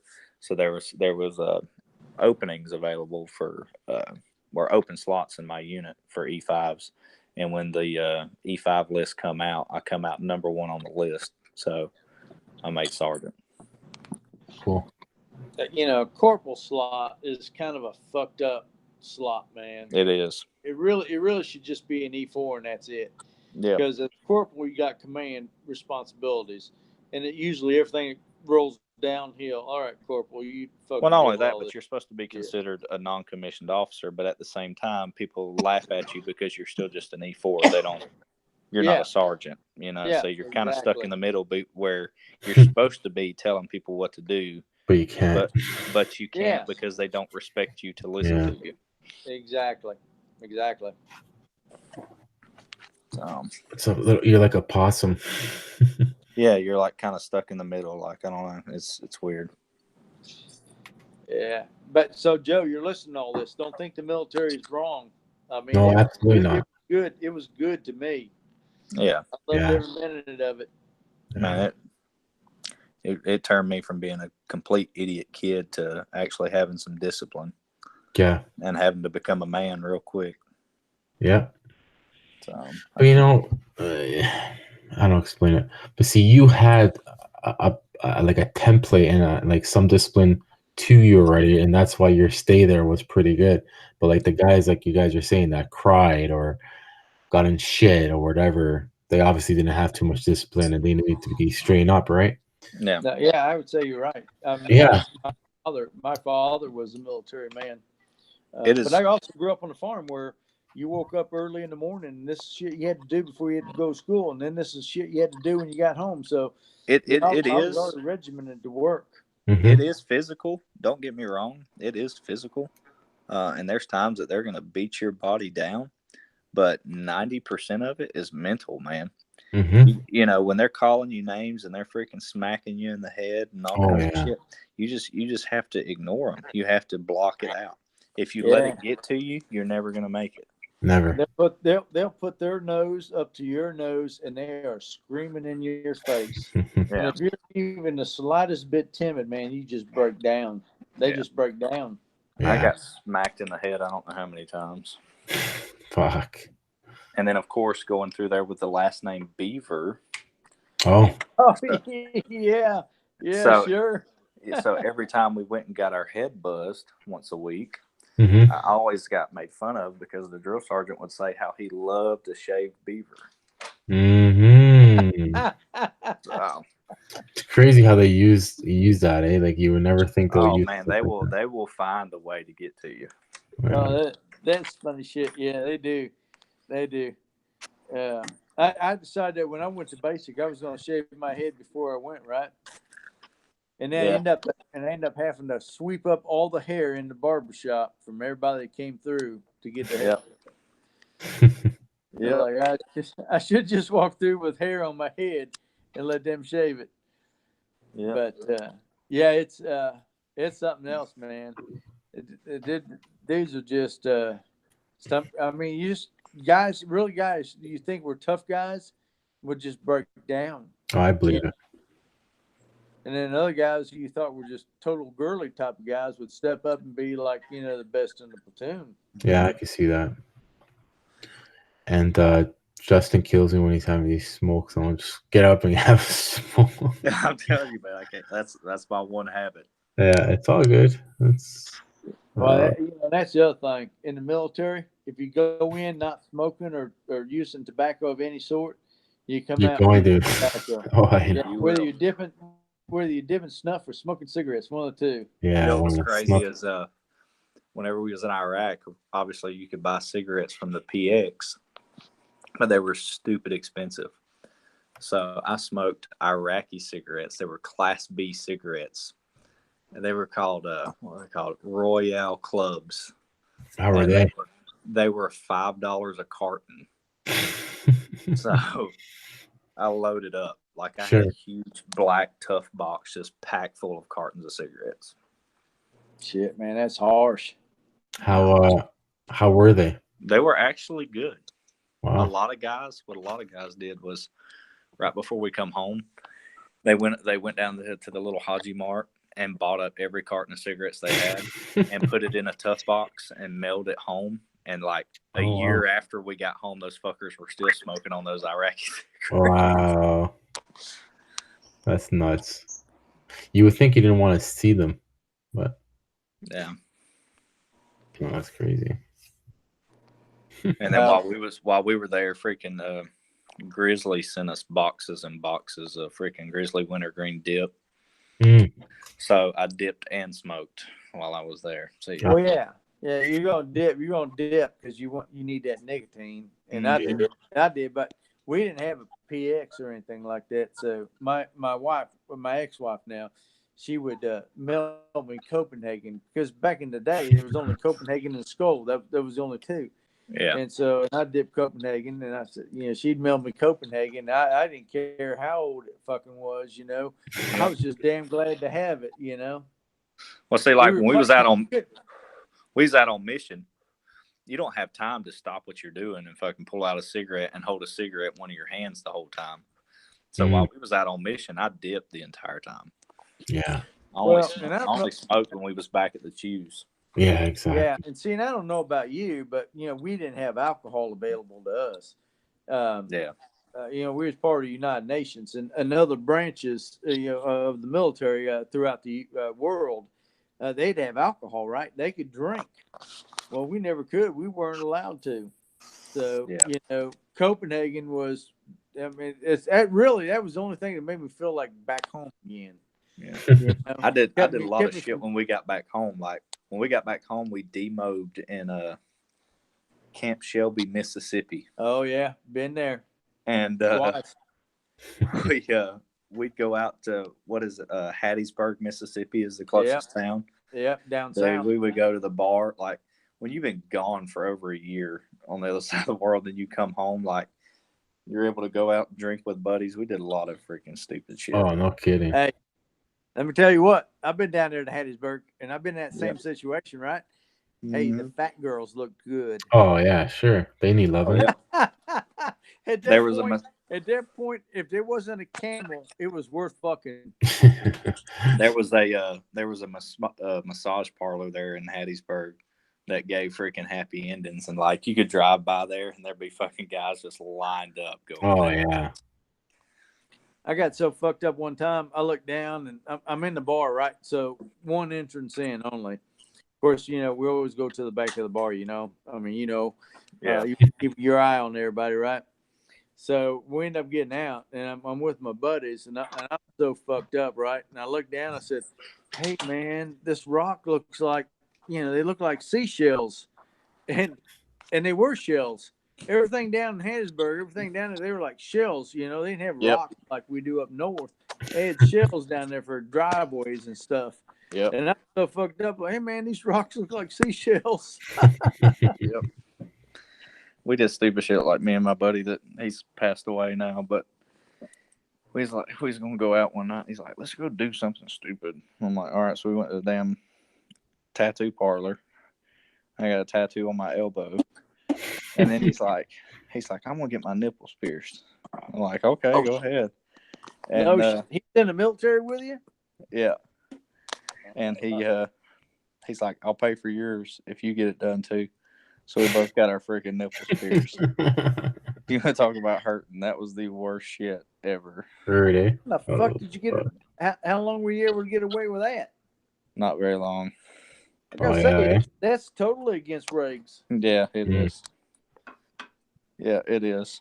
But I'm sure you're right. I'm sure it hurt like a motherfucker. Oh, dude, like my right one, it went right through the first time he pushed it. It went right through. You had the initial pressure, but it was over. When he done my left one, it got hung halfway, so he had to push it again. Oh my God! You want to talk about freaking hurting? You weren't drunk enough, were you? I was not. I was not drunk enough for that. You know what's thing? I went to get a tattoo one time, and I was so fucked up. They wouldn't give me a tattoo because they said I was too drunk. You'll bleed. You'll bleed a lot. Yeah. Is that what it is? Yeah. Alcohol thins your blood out. So if you go get a tattoo when you're drunk, you're going to bleed like a freaking stuck pig. Yeah. All I thought afterwards when I woke up in the morning is thank God they turned me away because I still don't have any tattoos today. I mean, there've been so many I thought were so cool, but none I thought I could live with for the rest of my life because I kept thinking when I'm 80 or whatever, what the fuck's that thing going to look like? See, I was the exact opposite. I'm covered in tattoos, and my mind frame was, well, when I'm 80, I'm gonna be an old bastard anyway, so who cares? But the one that Kelly was gonna get was probably a Mike Tyson tattoo because you're still half pissed. Right. It was going to be the half bit off ear. Yeah, exactly. Yeah, right. No, the funny thing was, and when I was in basic training, our logo was a skull, and I don't remember there was something else had to do with the skull. So I was thinking about getting that tattoo, and that just, I don't know, it just wasn't my thing, and I ended up passing it up, and then drunk one night and went into a parlor and seen some shit that I thought was really cool while everybody else was getting tatted up, and yeah. said, all right, I'm gonna get one of those, and they're like, no, you're too fucking drunk. So we had a guy that he was the, and I'm sure you know guys like this. He was big, strong dude. Like he was the type of dude that you didn't want to fight. He was the type of guy you wanted on your side. Right. Well, he had a drinking problem. When he got drunk, he went from 0 to 60 in about 2 seconds. So he was the type, once he was drunk, he was ready to fight everybody. Mm-hmm. And one night, we was down there in Camp Shelby, and they said, we're going to let you're going to have a pass. You can go out to town, but y'all got to be back by freaking 2300. So we were all like, oh shit, Houston's not going to make that because he's going to get out and he's going to get drunk. He's going to be at a freaking bar and he's not going to be back in time. Well, sure enough, he didn't show back up. So first sergeant and one of the LTs went and found him. And he had been at a tattoo shop, and he got our unit patch tattooed on his ass cheek. Oh, wow. And so when they drug him back in the barracks, he was walking around freaking waking everybody up. Hey, man, look at this shit. Look at this. I got a tattoo on my ass. And of course, guys are pissed off. So they're like, man, I don't want to see that shit. Get your ass out of my face. Well, then he's ready to fight everybody because everybody's being mean to him. So then he's swinging on people. And I'm like, oh, my God. So needless to say, after that incident, we wasn't allowed to drink until we went home. Of course. See, unfortunately, when I was a younger guy, I was that type of guy. Not that I would get a tattoo on my ass, but I mean, I fought all the time. I fought through high school. I mean, I looked for a fight. Yeah. I encourage people to talk to me goofy just so I could fight their ass. Yeah. And okay, I'm 57 now, so it's taken many, many years for me to get that shit out of my system. Oh, I bet, yeah. Well, I learned real quick once I was about, I don't know, 25, 26, somewhere in there. When you're 18, you don't care to fight. Like you just rebound from it. You're sore, but whatever. When you start getting up there, you start creeping up on 30. That shit freaking hurts. Yeah, you're like, man, this ain't worth it. Let me tell you, when you go over 40, when you go over 50, the shit really hurts. You don't recover from it like you used to, and you're like, your mind and your heart says, I'm 21. Yeah. But your body says you ain't. Yeah. Well, that's because you're still working too. That when you're working, you think the same thing. You think you could do everything that you could do when you were 20 years old, but now you're older. Yeah. Oh yeah. Okay. For example, all right. So let's go to HVAC on this. All right. Yeah. So for example, to do a compressor change out, it takes me and my brother to lift a compressor up into a condensing unit. I can't do it by myself anymore. Yeah, I bet you could at one time, though. I hear you. Yeah. One time, I think I remember just hooking my pinky finger, into the fucking hook and lifting it up and putting it in. And today I got a compressor caddy, but it still takes two of us to lift it up into a condenser. I can't do it by myself. I can barely carry the damn thing by myself. Well, yeah, that's how I am with like getting attics. Like when I was younger and I was an installer, I was in an attic all day long, 150 degrees, just pouring freaking sweat, and you just suck it up and do it. Now that I've been in service for so many years, now you get up in that attic in the middle of summertime, you're like, holy shit, I got about 5 minutes and I'm going to get the hell down. I can't take this. Well, yeah. I did sales for the last 25 years. Yeah. 2 years ago, I moved to service just because that was an aspect I never did before. Right. In my 20s, I was showing a schematic and I was so terrified. I didn't understand schematics or understanding the electrical.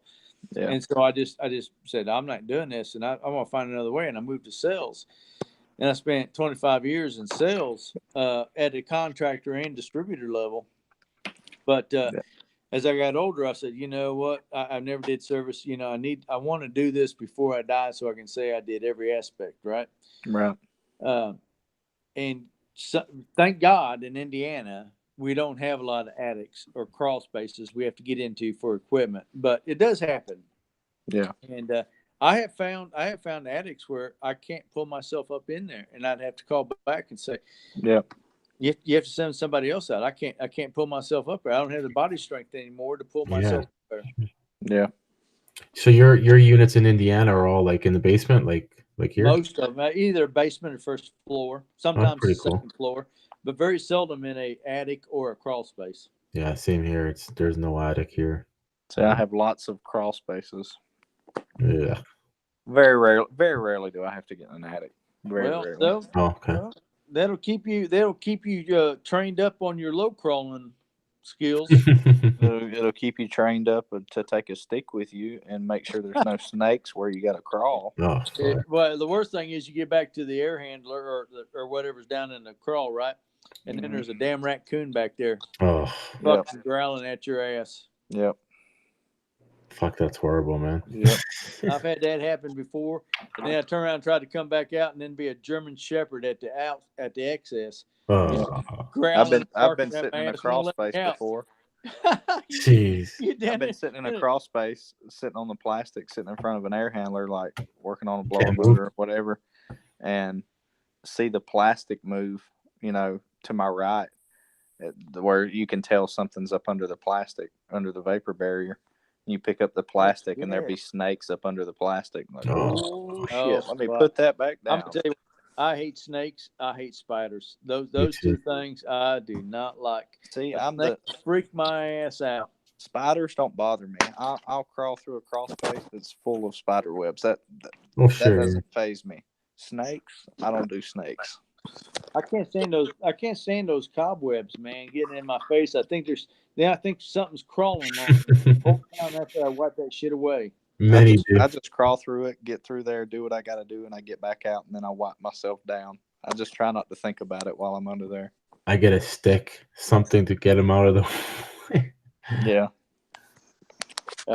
What'd you do though when you had a German Shepherd coming at you, like coming at the entrance to get out? Yeah.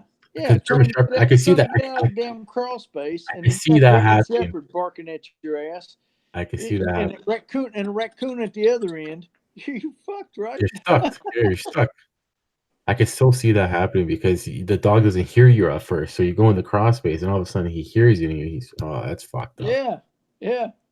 That happened twice. Once with a German Shepherd, once with a Doberman Pinscher. Oh fuck. It's never big dogs for me. It's always the little bastards that always nip you in the ankle that drives me crazy. Well, now see, I wear those Red Wing 877 boots. You know, high leather. Yeah. They can nip at my ankles all they want to. Well, what just irritates me is there was a lady one time. She wouldn't control her dog. That thing just kept trying to chew on me, and I really got pissed, and I took my left foot, and I kind of kicked it away. Mm-hmm. Oh man, she called into the office. I got in so much trouble for that shit. I just wait till they're not looking, and I give it a little nudge. Yeah, that's all. Hey, you ever went into a home where somebody had a pet pig in the house? I have seen pet pigs. Yeah. Wow. I went to this one house, and it was a potbelly pig. And, we have red shoe covers, and she fed this pig apples. Evidently, they must have thought my shoe covers was an apple pig.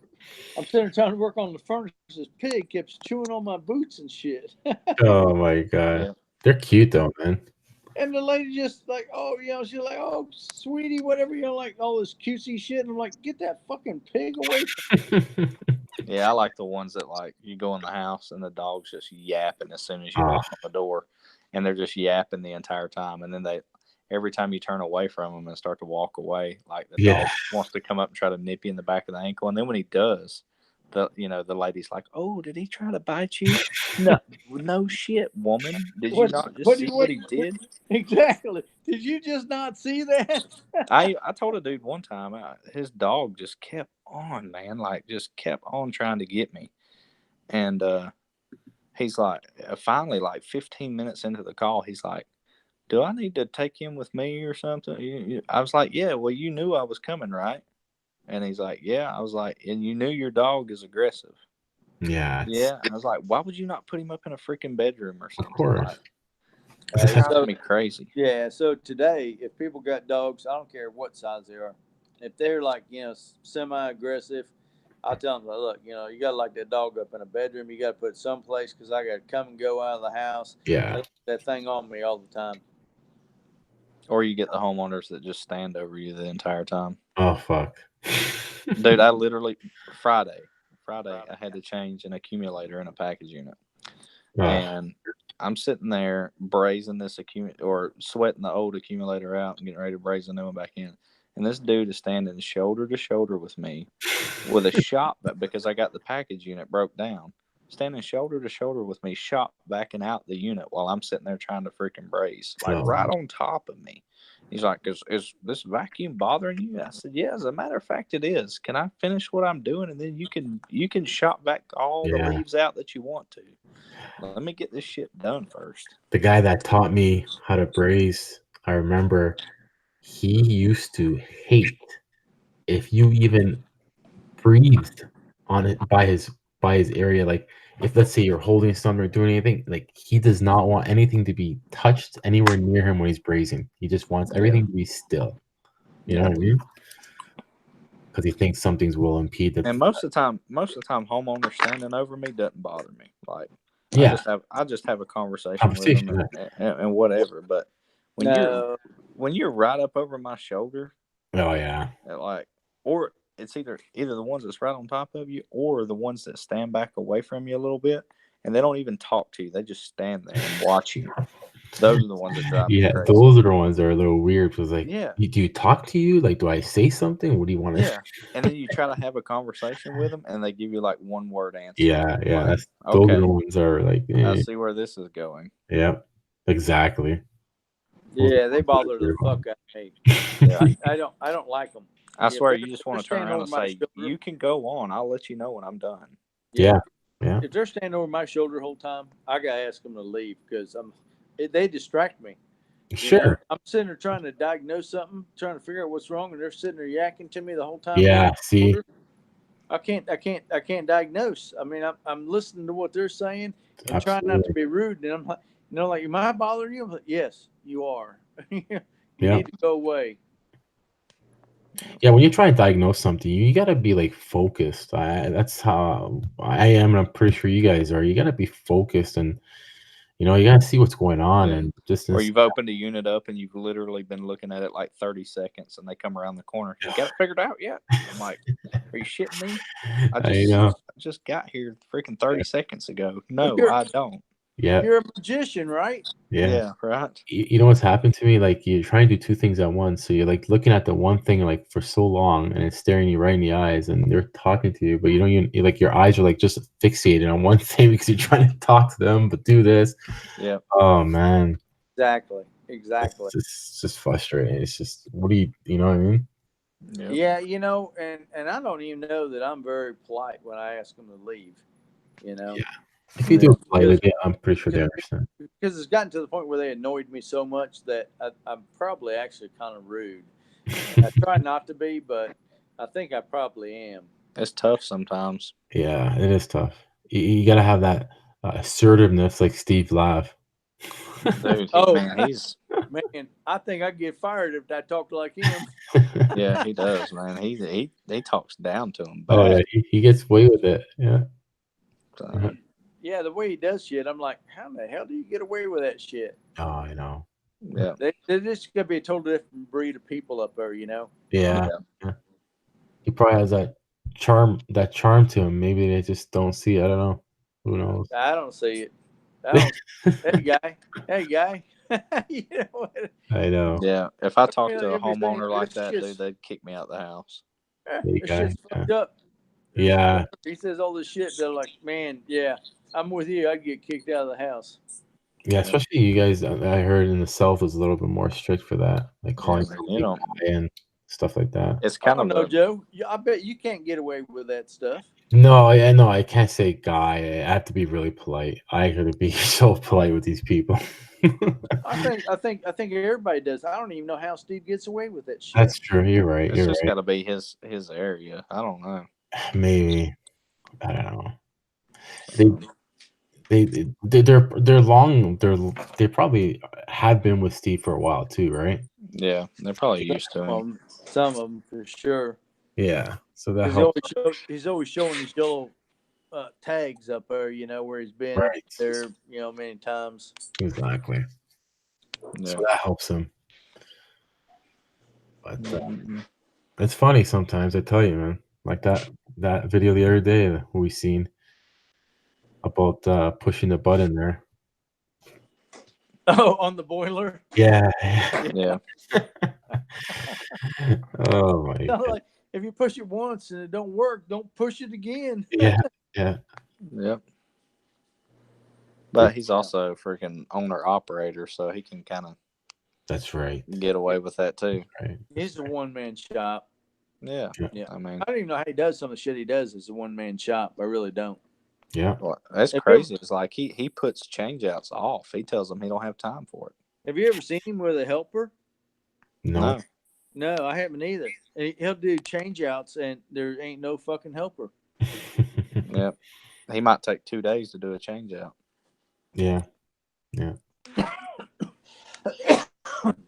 Nice. Like I said, to afford gas for that truck, you must be doing well off. Oh yeah. Well, he's got like. Have you watched the videos on like his muscle cars? He's got like 4 or 5 muscle cars in his freaking garage. Oh, I knew he had like one. Steve does? Yeah, I didn't know he had 4. I didn't know he had 4. Go back and look at his videos. He's got at least 3. Oh, wow. Look at him, eh? Look at him. Yeah, because I think he's got one daughter. He's not married. His daughter, I'm pretty sure his daughter's grown.